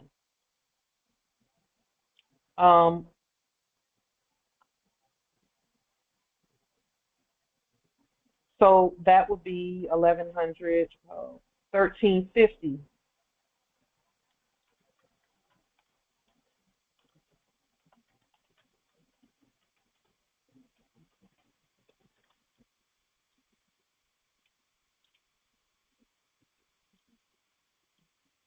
And that $1,350, there's $1 million allocated for this project. $1,350 would come from that $1 million that's allocated for the project, and then we would go to entry B.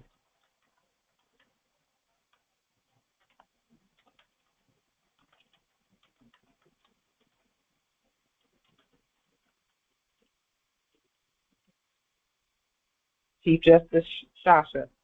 And that's how we would do this. Empress Unniversalle, does this clarify somewhat? Islam, it does, but it brings up a whole new set of questions, right? But it does clarify, and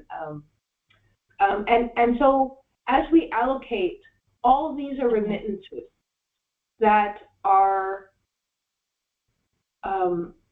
placed on our accounts as an allocation. Like, I have a question. Like, I get how we create this, but then how do we record this is my question. You get it? Like, I have, yeah. So this $1,350 that's allocated for this project, it will be recorded by, so Empress Angel's territory will record the $1,350 being taken from the main government budget. Yes. And that $1,350 will then, the government will then take that $1,350, will pay it for her to come, and then recuperate it from her territory's budget. Is that, does that, or it's either that or vice versa, or either her territory's budget can pay it and then it be recuperated here. What do you think about that? Or record it rather. So here's the question. Can you speak to us about how our trust, each Moors trust, connects to our territory's trust and to the government's trust? Can you speak to us about that? Because I think that's where my questions are rising from. I know I have a trust that can be accessed for these allocations. And then I know that there is a territory trust as well that I think of as the government trust. So, you know, we are in Canaan land.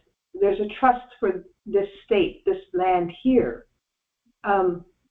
But because all the land is one, I think of it as, you know, the trust that all Moors, you know, really could appropriate resources. And so when I ask these questions, it's at this level. As the government, I could say this allocation is for Angel, and then it is remitted through her trust, or it is remitted as the land, because the Moors are the land, and you know that part too. So will you speak to us about that, about what our jurisdiction is around our resources, Islam? I think that you're confusing or mixing up the personal trust from the work government trust. Yes, ma'am. They're separate. They're separate. Mm-hmm. Your personal trust comes directly from the government, but not from the work side. So when we come together, we're coming together, it's really like a work trip. Mm-hmm. Mm-hmm. But we govern, and we're coming together to govern. Mm-hmm. If we were all going on an Empress's trip to the Cayman Islands, then that would come from our personal trust, which is a completely different thing. Each one of us would pay our own way and make our own, you know, plans to come and all of that. And it will come, you know, each one of us is responsible for how we get there and all of that. And that's the personal one. With the government trust, where we're coming together for constitutional and law reasons. So that's really what we're doing. We're coming together to plan, to work, to connect, to align and to streamline and to put things together so that as we move forward, we're still one, on the same page with what our plans are for the next 364 days and all of that, or 360 days, or however many. So that is different from that. Now, the personal trust is one that we record. I've recorded my personal trust, and I don't have to show it, I don't have to use it, or any of that if I don't want to use it, except to go see my clan wherever I want to go see my clan. But whenever I'm coming together like this, for us, it's going to be at government, from the government trust, and we all come together from the government trust. So that means that, again, each one of us would still be making our own arrangements to travel. Like if you're leaving at 3 o'clock and someone else is leaving at 2, then you all make those arrangements on when is it best time for you to leave, best time to travel, best time to get here, and all of that. Your itinerary is yours because you know your schedule. Yes, yes. And then whatever the amount is for that, because we can get the way that I did even the itinerary that I showed you is I just went on to the American Airlines website and I put in from Seattle to Atlanta and back, or whatever the case may be, from Seattle to Atlanta and back. And then it brought up the price, it brought up the, whether there was going to be a layover, it brought up all of that stuff. And all I did was take that and restate it to get the itinerary. Yes. But then, once I restated everything, I had to print it out and send it and notify coming, going. Also, I notified the State Department Ministry, or the State Ministry, the subjects in the Office of State Ministry, and the subjects in the Office of American Airlines and all of that. Now, when I did my trip from here to Atlanta and back that I told you all about, where I used my moorishe license, for that trip, I used bank credit to get the ticket, and then I just restated everything, and I had both of them with me. Yes, yes. Because there's jurisdictional things that take place where I'm always going to be myself, and I didn't have to bring both of them because I had my license. And once I got through where my license was concerned, everything else was just like everybody else. It was the same as everybody else. Yes.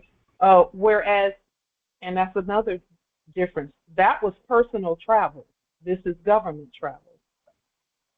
So it's going to be different.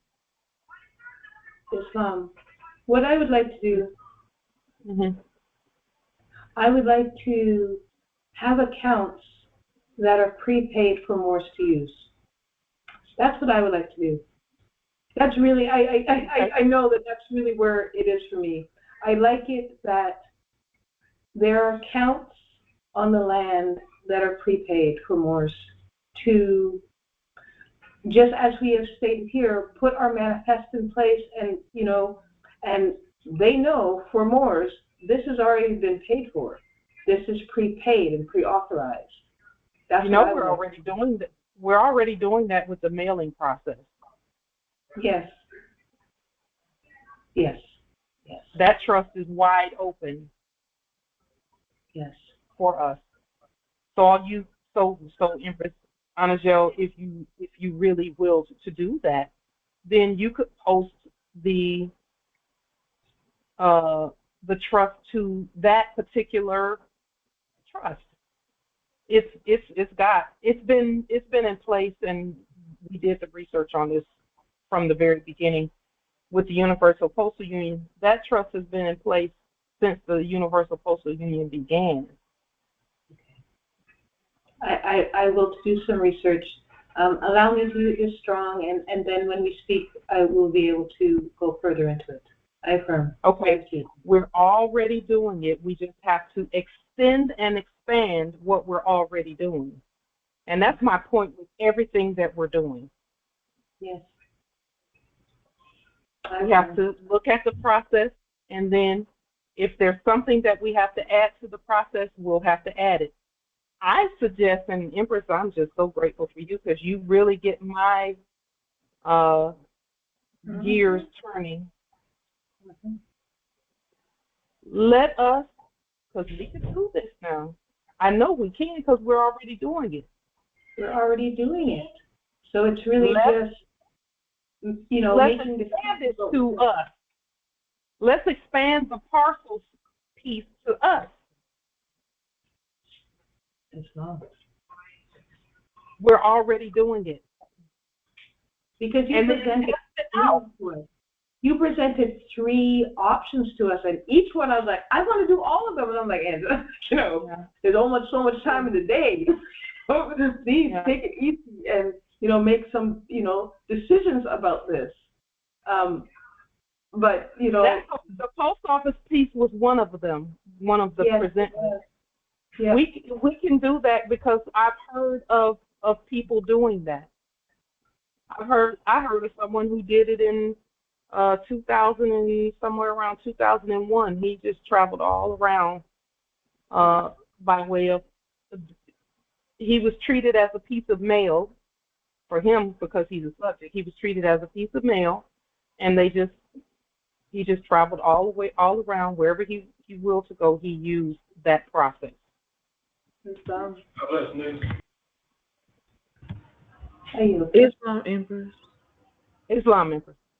When doing that process, being specific about what is being, what is traveling, I think that's the most important piece, so that they know where to place the parcel. Yes. Yes. Because he was not placed in the cargo hold. He was placed with other people in the fuselage, and where people sit on a plane.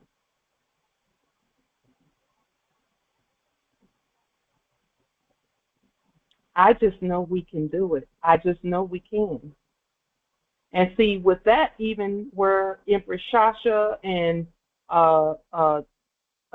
Chief Justice Consul and all, it would still be domestic for us because I've gotten domestic parcels to them using the domestic process. I know we can do it.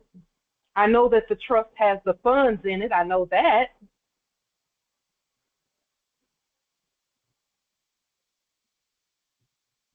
So it won't just be my research. It's going to be all of our research that makes this happen.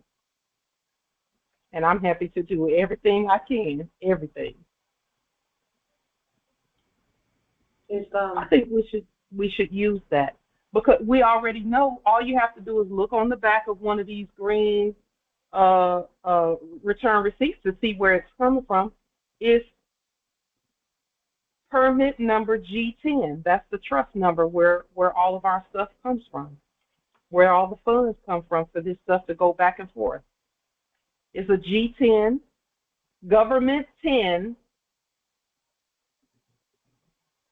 United States Post Office Trust.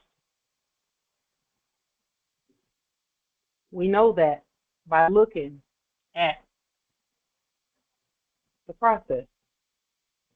Now, because we would be using, and think about this more, because we would be using the this process,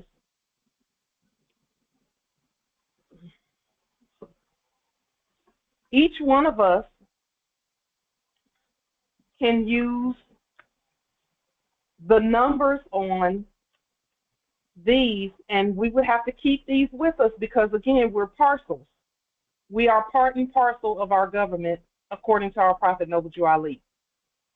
So we would have to keep this as the travel number and the parcel number and everything as we make our movements. Islam utilizing them like tickets, wouldn't we need to do our own, the weight of the content that we are shipping? Well, they didn't do weight when I shipped salt and things like that. They didn't do weight. They just saw these and saw where it needed to go, and that's where it went. They didn't do weight. They probably will do weight for the purposes of the airplane. Of course, they'll do weight for that, but this ought to be what is done. This ought to be the thing. And the same way that we create labels for this, we would create the label for where we're going, where the parcel is going to, and where it's coming back from. So coming and going, we should have two separate ones for coming and going.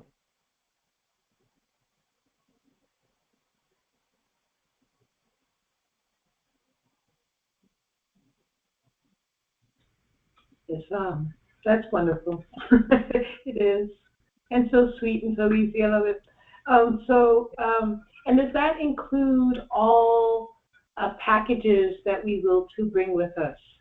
Would be yes, that would include that as well. Yeah. So if we locate a flight and ship the parcel on the flight for a non-stop, going where we need it to go, and this parcel should be on their registry for their cargo. Now, are you talking about us as the parcel or luggage and other things? Us as the cargo, for parcel, or us as the parcel. Looking for the flight, and that goes on the itinerary for that flight, and giving them notice. It will go on the manifest. Yes. Yep.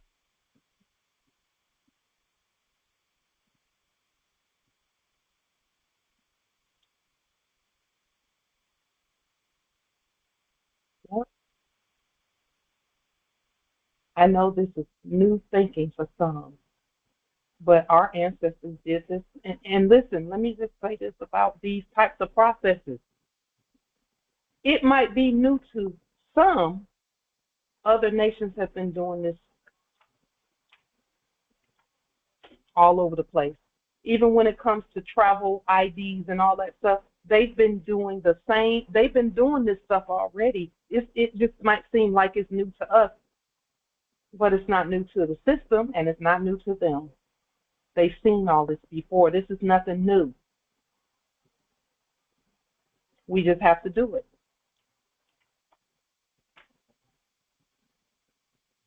It is justice a cure. He said this is love in the chat. I love it. Islam. This is like high creativity. Yes. Yes.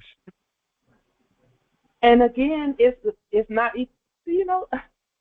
okay, I'll just show you because it's a good idea to just show it. I'll just show you. This is so crazy.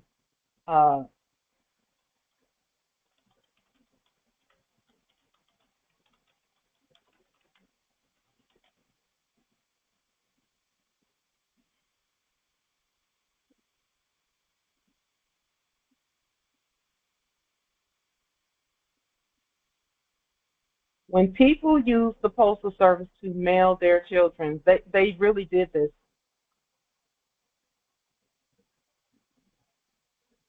In 1913, a couple took advantage of the U.S. Postal Service's new parcel service to make a very special delivery, their infant son.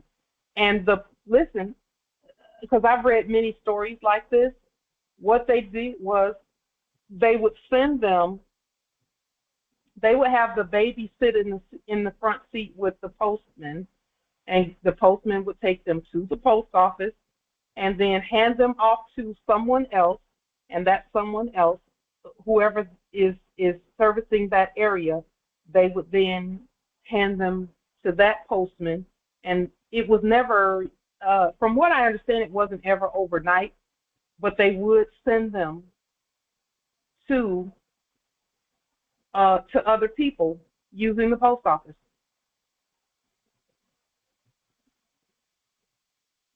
So Islam. It's been done before. Islam, Empress. That sounds like during the Cabbage Patch Baby era. I mean, they literally were. This was not just individuals. This was like a government thing when they were repopulating the cities and places. Yeah. They were literally mailing, delivering babies by mail. Yeah. That's a real thing. And even they used to call the mail stork. That's where the story of the stork delivering babies. Yes, yes, it sure did. Yes. And remember the Disney movie Dumbo, where the stork delivered the babies? I mean, all of these things are really real. They even had marketing, advertising, postcards, and they had ads in the newspapers and things. Yeah. And they would also use the rail system to deliver these. Yeah. There was the mail and the railroad systems to literally deliver the Cabbage Patch babies that were clones and incubator babies. Yeah. Yeah. I yield. Let's look some more at this piece right here, because we know the money is there. Because it doesn't even matter what we send, we can send it this way. Because our stuff is not mail or packages, it's parcels. It's been parcels from the very beginning. That's why it's a specific service called parcel post service or parcel post mailings. So keeping this with our paperwork as we travel and as we move.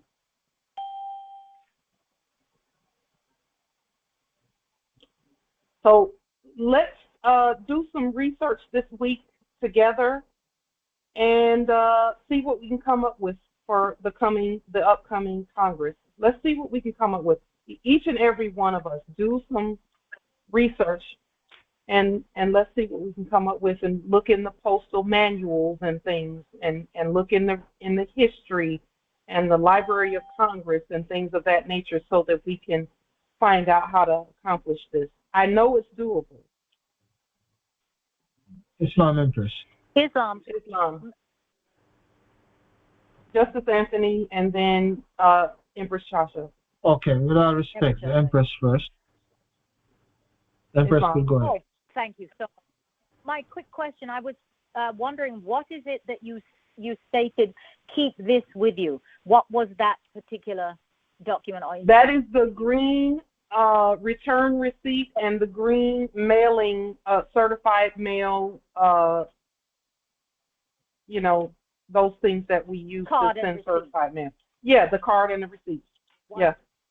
Okay. I'm just holding up two ones that I've not used yet, because this is what is used to get our parcels back and forth. I've gotten things to Canaan land and everywhere using just these. Yeah.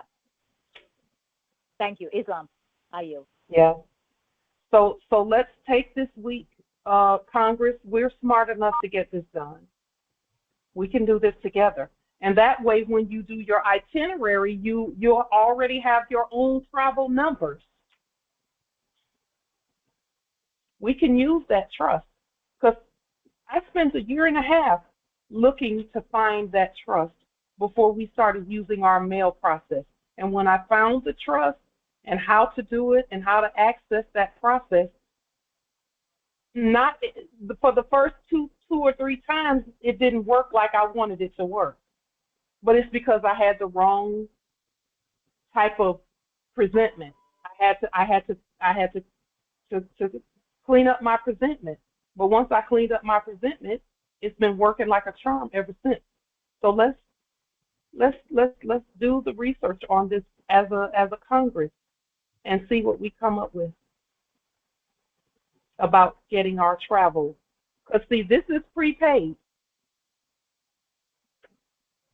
It says it right there on it, postage and fees paid. That's what caught my attention when I was putting together the mailing process. Because I'm like, I know everything that we do is prepaid. I know that, so let's find out how to do it. And we did that. November. If you're showing the certified receipt return, you still got the bond for 2026. I don't see the certified mailing. Are you presenting that to Congress, or are you still have the bond for? Okay. I'm actually just showing it up holding these two things up.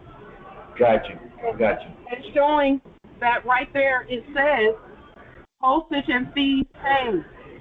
Yes, permit number G10. Yeah, I see that. Yeah. I have 5 of those just laying around. 5 of the return receipts. However, I'm gonna talk to you in a little bit. So I don't know how long you're gonna be, but this place closes at 8. Are you gonna go longer than 8? No, we're about to adjourn at this moment. Actually, just about at this moment. Okay, before you do that, I want to give a shout out to, I think you said Chief Justice Annalise. Am I saying it right? Annajel. I want to thank her for the spreadsheet because, man, remember I was telling you I didn't get the DeLorean. You sent that maybe 2 or 3 times, but because of the presentation that she made, I learned how to navigate. I even watch you on this right here, watch you do different stuff on your screen when you're navigating through your computer. And it's a lot of help to people that don't know how to actually navigate. If you just watch what you're doing, you can actually navigate your computer. Something went wrong. Okay. I yield. And thank you, Annalise, for everything you've done, because you rock. You rock with that presentation you did with the spreadsheet. You rock my world. Peace and love. Islam. I yield. Islam. Islam in person. Islam. I was about to ask. Wait a minute. Empress Annajel, go ahead. I know you were going to make a statement, Empress Annajel. Gratitude, Noble. I'm so glad. Gratitude. Islam. Islam, Justice Anthony. Okay, no problem, Empress. I was about to ask a question, but I heard you say that you're about to adjourn till next Congress. But so we could discuss it next Congress, but I still mention it to you, and that is you had mentioned that we could also travel in the postmaster capacity. So if you will to, we could discuss that in our next Congress. Well, we would be putting that with this travel piece. We would be putting that, our nationality, and this together so that we, and then there has to be proper accounting for the travel. I still haven't grasped it fully, but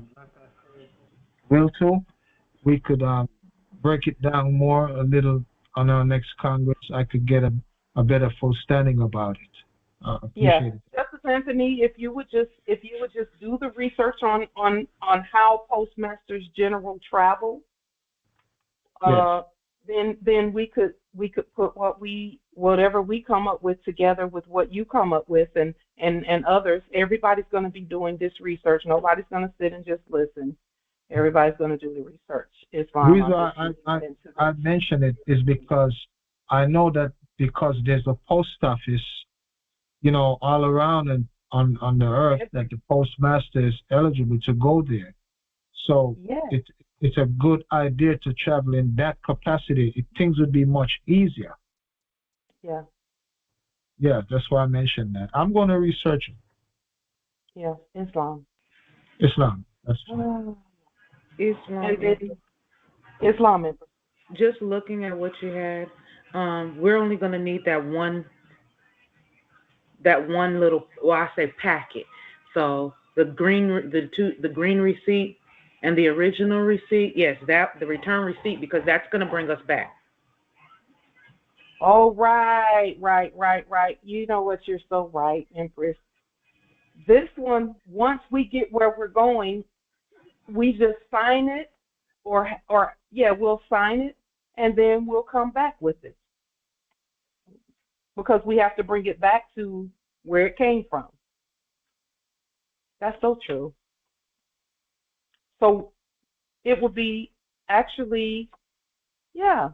Oh, wow, Empress Nabi, that's so good. That's good because when I think about the mailing process, these always come back to me, signed and stuff. Hold on just a moment. Let me undo this. These always come back to me because I put where I'm coming back to here. So we just got part of the process. So we put where we're going here. And then we put where we're coming back to here. Islam. That's so good. And this is the ticket. Mm-hmm. I've had them say anything you put in those little blue boxes, we don't care. They go where they're supposed to go. So my thing is finding out the route for pickup and delivery to the airport, and then the other way back. So. Well, we don't care whether it's the airport or the train or whatever, because some of that stuff goes by ground travel. Mm-hmm. Okay. We go by ground travel too. Islam. So basically that return receipt, it will operate like a passport or a travel card. Yes. Yeah. Yes. Yes. Because a passport usually stamps saying that you leave on this date, you're coming back on this date. Yes. So that will, okay, great. But we would be and I was going to say we would be arriving at post office, but they would have to. But we would be going wherever we say we're going, just like the package does. Why couldn't we do that with a copy, make a sticky, you know how you make a label, but a copy of our sovereign identification nationality card and put that on there because it has the same information. That way they can identify the parcel. That's so true. Or just keep that with us for further identification. See, we would be living parcels just like everything else is a living. Everything that we do is living. Islam? Chief Justice Malik and then Empress Karima. Islam.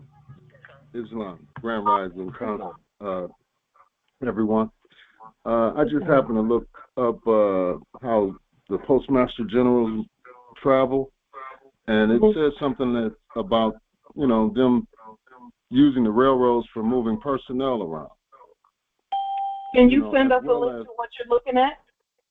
I just Googled it. I said, how do Postmaster Generals travel or something? It came up, and I listed railroads, and it talked about different ways they travel, and it said that it's used for moving personnel around. Islam, I Googled the same thing, how Postmasters General travel, and I found a PDF titled First Class Air Travel by Top Postal Management. Wow. Can we get the link to that, Empress Karima? Can you put that in the chat? I'm not sure how to put a PDF link in the chat, but it's Government Accountability Office. Okay, it's www.gao.gov, Government Accountability Office, and there's a PDF titled First Class Air Travel by Top Postal Management. Okay, what's the website again? https://www.gao.gov. Okay. And you said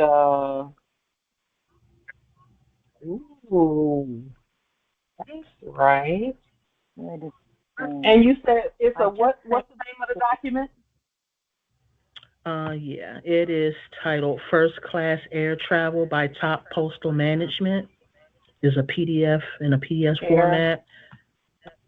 By First Class Air Travel by Top Postal Management. Is an 8-page document. Top Postal Management. Islam Empress. I emailed it to you. I don't know if it's come through, but check it. Okay. Check your email. October 1989. Is that the same one, Empress Karima? I believe, yes, 1989. November. That's correct. October. Yeah. Here it is right here, and I'll put the link to this where I'm at in the chat as well, so you all can go straight to that page to find it. Thank you, Empress Shasha. You're on it there. There. I'm telling you, because I'm here sitting here saying about the Postmaster General, and the Postmaster can travel without, cannot be questioned, checks or anything, and if the Postmaster General, and we know we don't necessarily use that part, but can determine and controls the movement of all parcels on the land of all kinds and all ways. And then if that card, if really, I was looking at it, the card, the green card and the receipt are actually the Postmaster General permission. Not that we need permission, but yet what I'm saying, I was seeing it as that's actually the Postmaster itself. And so with that and the ID and our national identification, we can go anywhere, however we will to within our system. And also the Postmaster is the post office is government. So it's here, we have it. We just have to work it a little and, as you say, research and but it's right in front of us. Put a process on the public record. Yeah. Exactly. Islam, I yield. Islam, I'm sorry. We appreciate you, Justice Malik. Thank you for that. That's important. Islam. Justice Anthony. Yes. One time I was also doing some research about the Postmaster traveling.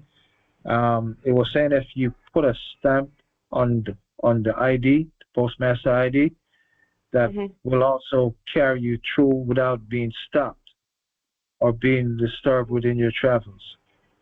Ooh, and we have stamps now. Yeah. Y'all, this is going to come together. It's already together. Y'all know it's going to work.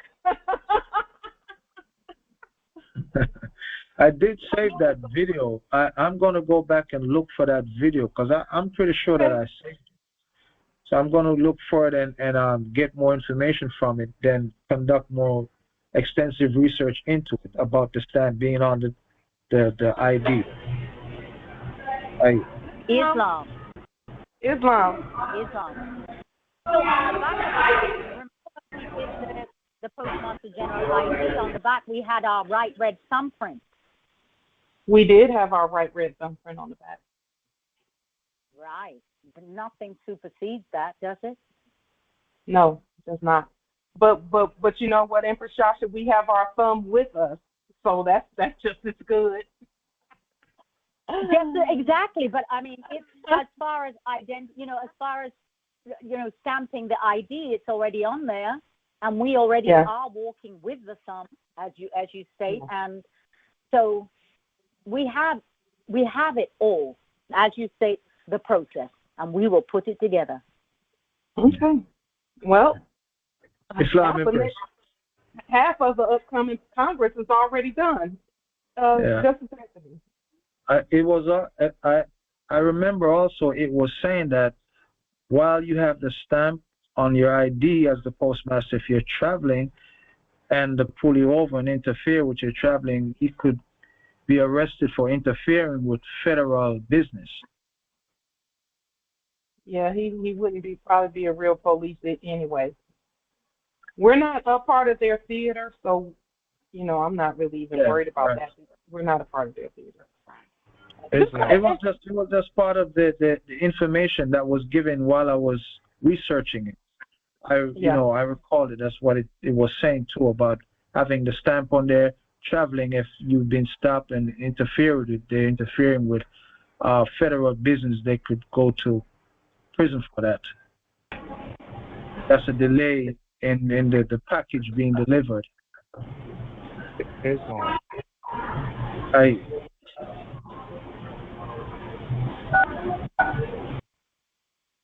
Islam. I would like to add on to what the brother was just talking about. When you have your ID or state ID, you would put a stamp on the back of it with your thumbprint over the stamp and a signed date, which makes you the postmaster. And he said that if anybody or any actor will pull you over, they will be stopping their boss because they will be violating 557 laws. Islam. Indeed, that's what it was.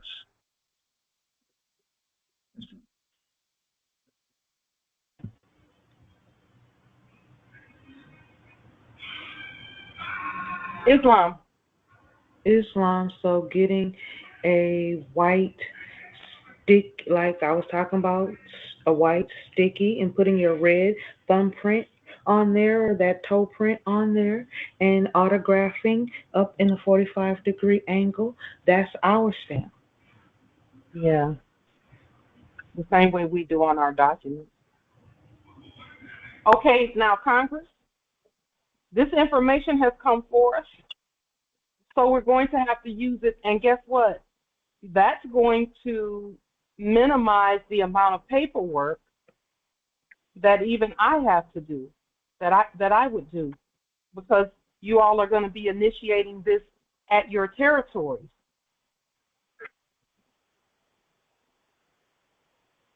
Which I think is brilliant because you're sovereign. And we are all but what we would do is we would notify ahead of time that this is what we're going to do on this day and this is what's going to happen. Islam Empress, I want to add one more thing. When I sent parcels to myself, right? And you know how back in the day they would seal up everything with tape, the parcel brown tape, and then they would put their stamp on the back of it? Well, I actually used wax and my thumbprint, and I went in there. He says, oh, it's already sealed. That's good enough.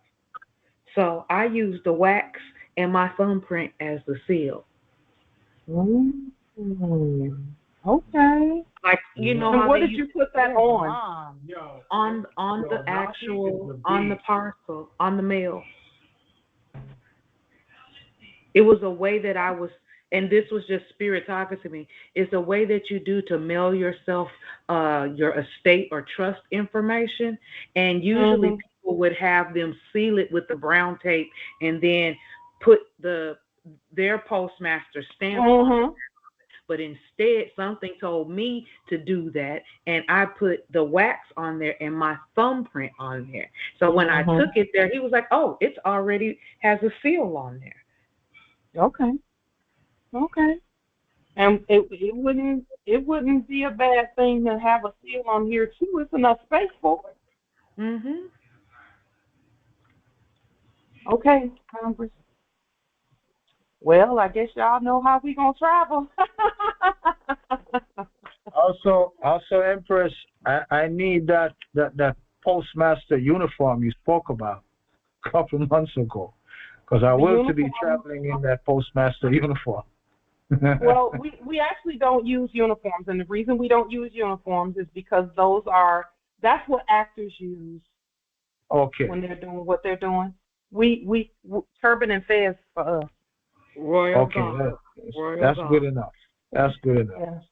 Good Islam. Just as Nathan said, that what Impersonality expressed is a royal seal. And that does remind me of the royal seal back in the day, where you would get the wax, and whether it was the king's ring or the and the pressing seal, it would be a raised, embossed wax seal. It's also known as a sigil as well. And they used their toe or their thumb before they had the rings that they used. The Pope does the same thing. Papal Pope, when he does a letter, he does the same thing. The wax and the seal and the signature. Those are enactments as the actor, and we right. Well, y'all are giving me some ideas, because I have plenty of candles around here where I can just, take some of the wax that's already melted from the candle and drop it onto the piece of paper, and then put my thumbprint as it cools, and put the thumbprint there. That would be just brilliant for a whole bunch of things. I could see a whole bunch of uses for that, especially if it's a red candle. They used, it was red, but usually those seals were red too. The wax was red wax. Or we could use white with the red thumbprint in the inside of it. Empress Nabe. Yeah, like Empress, back in the days, they used to use that seal with blood back in the days. Wow. I'm so glad we don't have to do that. Islam. Islam. I found another handbook called the F-15 International Travel Policy, and it goes into. It was actually became in effect March 29th of 2024. This handbook, F-15 Travel and Relocation, and it gives instructions on how to travel.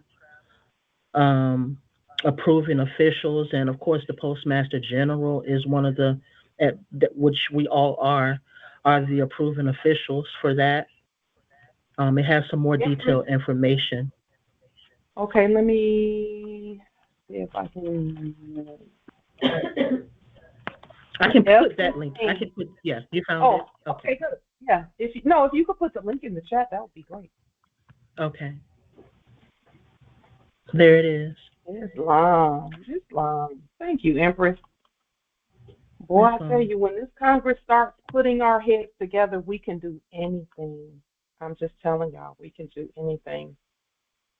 And there it is, and it's for the post office.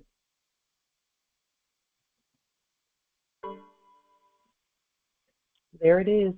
I'm also going to take a look at that Postmaster Handbook and see what I could find in there. Yeah, look at this, because look at this. This is it's by the post, quote unquote, post office.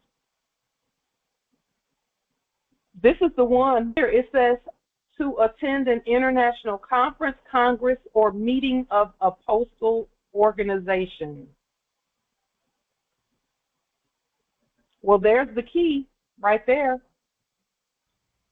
Islam. We just need to restate this, and this is us. We're going through. I was going to ask for process, but this is it right here. Islam. That's it. Yes. And all we have to do on this coming Sunday is have the process restated. So if you all would not mind restating the process, read through this and restate the process, and anything that sticks out with you, and then we'll just go over what the restated process is, and we're going to simplify it. We have to simplify it and pull things out and things of that nature, and put things in, but it has to be done, a certain way. And y'all, we know how to do that. This Congress knows already, right? There's nothing we cannot do. Everything that can be done, we can do. All right. And then chapter 10 says getting reimbursed and repaying advances, but we're gonna use, that's where the green prepaid all fees, postage and fees paid already, that's where this green card is going to come in at. All right? Well, I feel better about that already. Let's keep talking and keep moving. Islam, peace and grand rising to the sovereign, original, indigenous, natural divine heirs. Peace and grand rising. Peace and grand rising.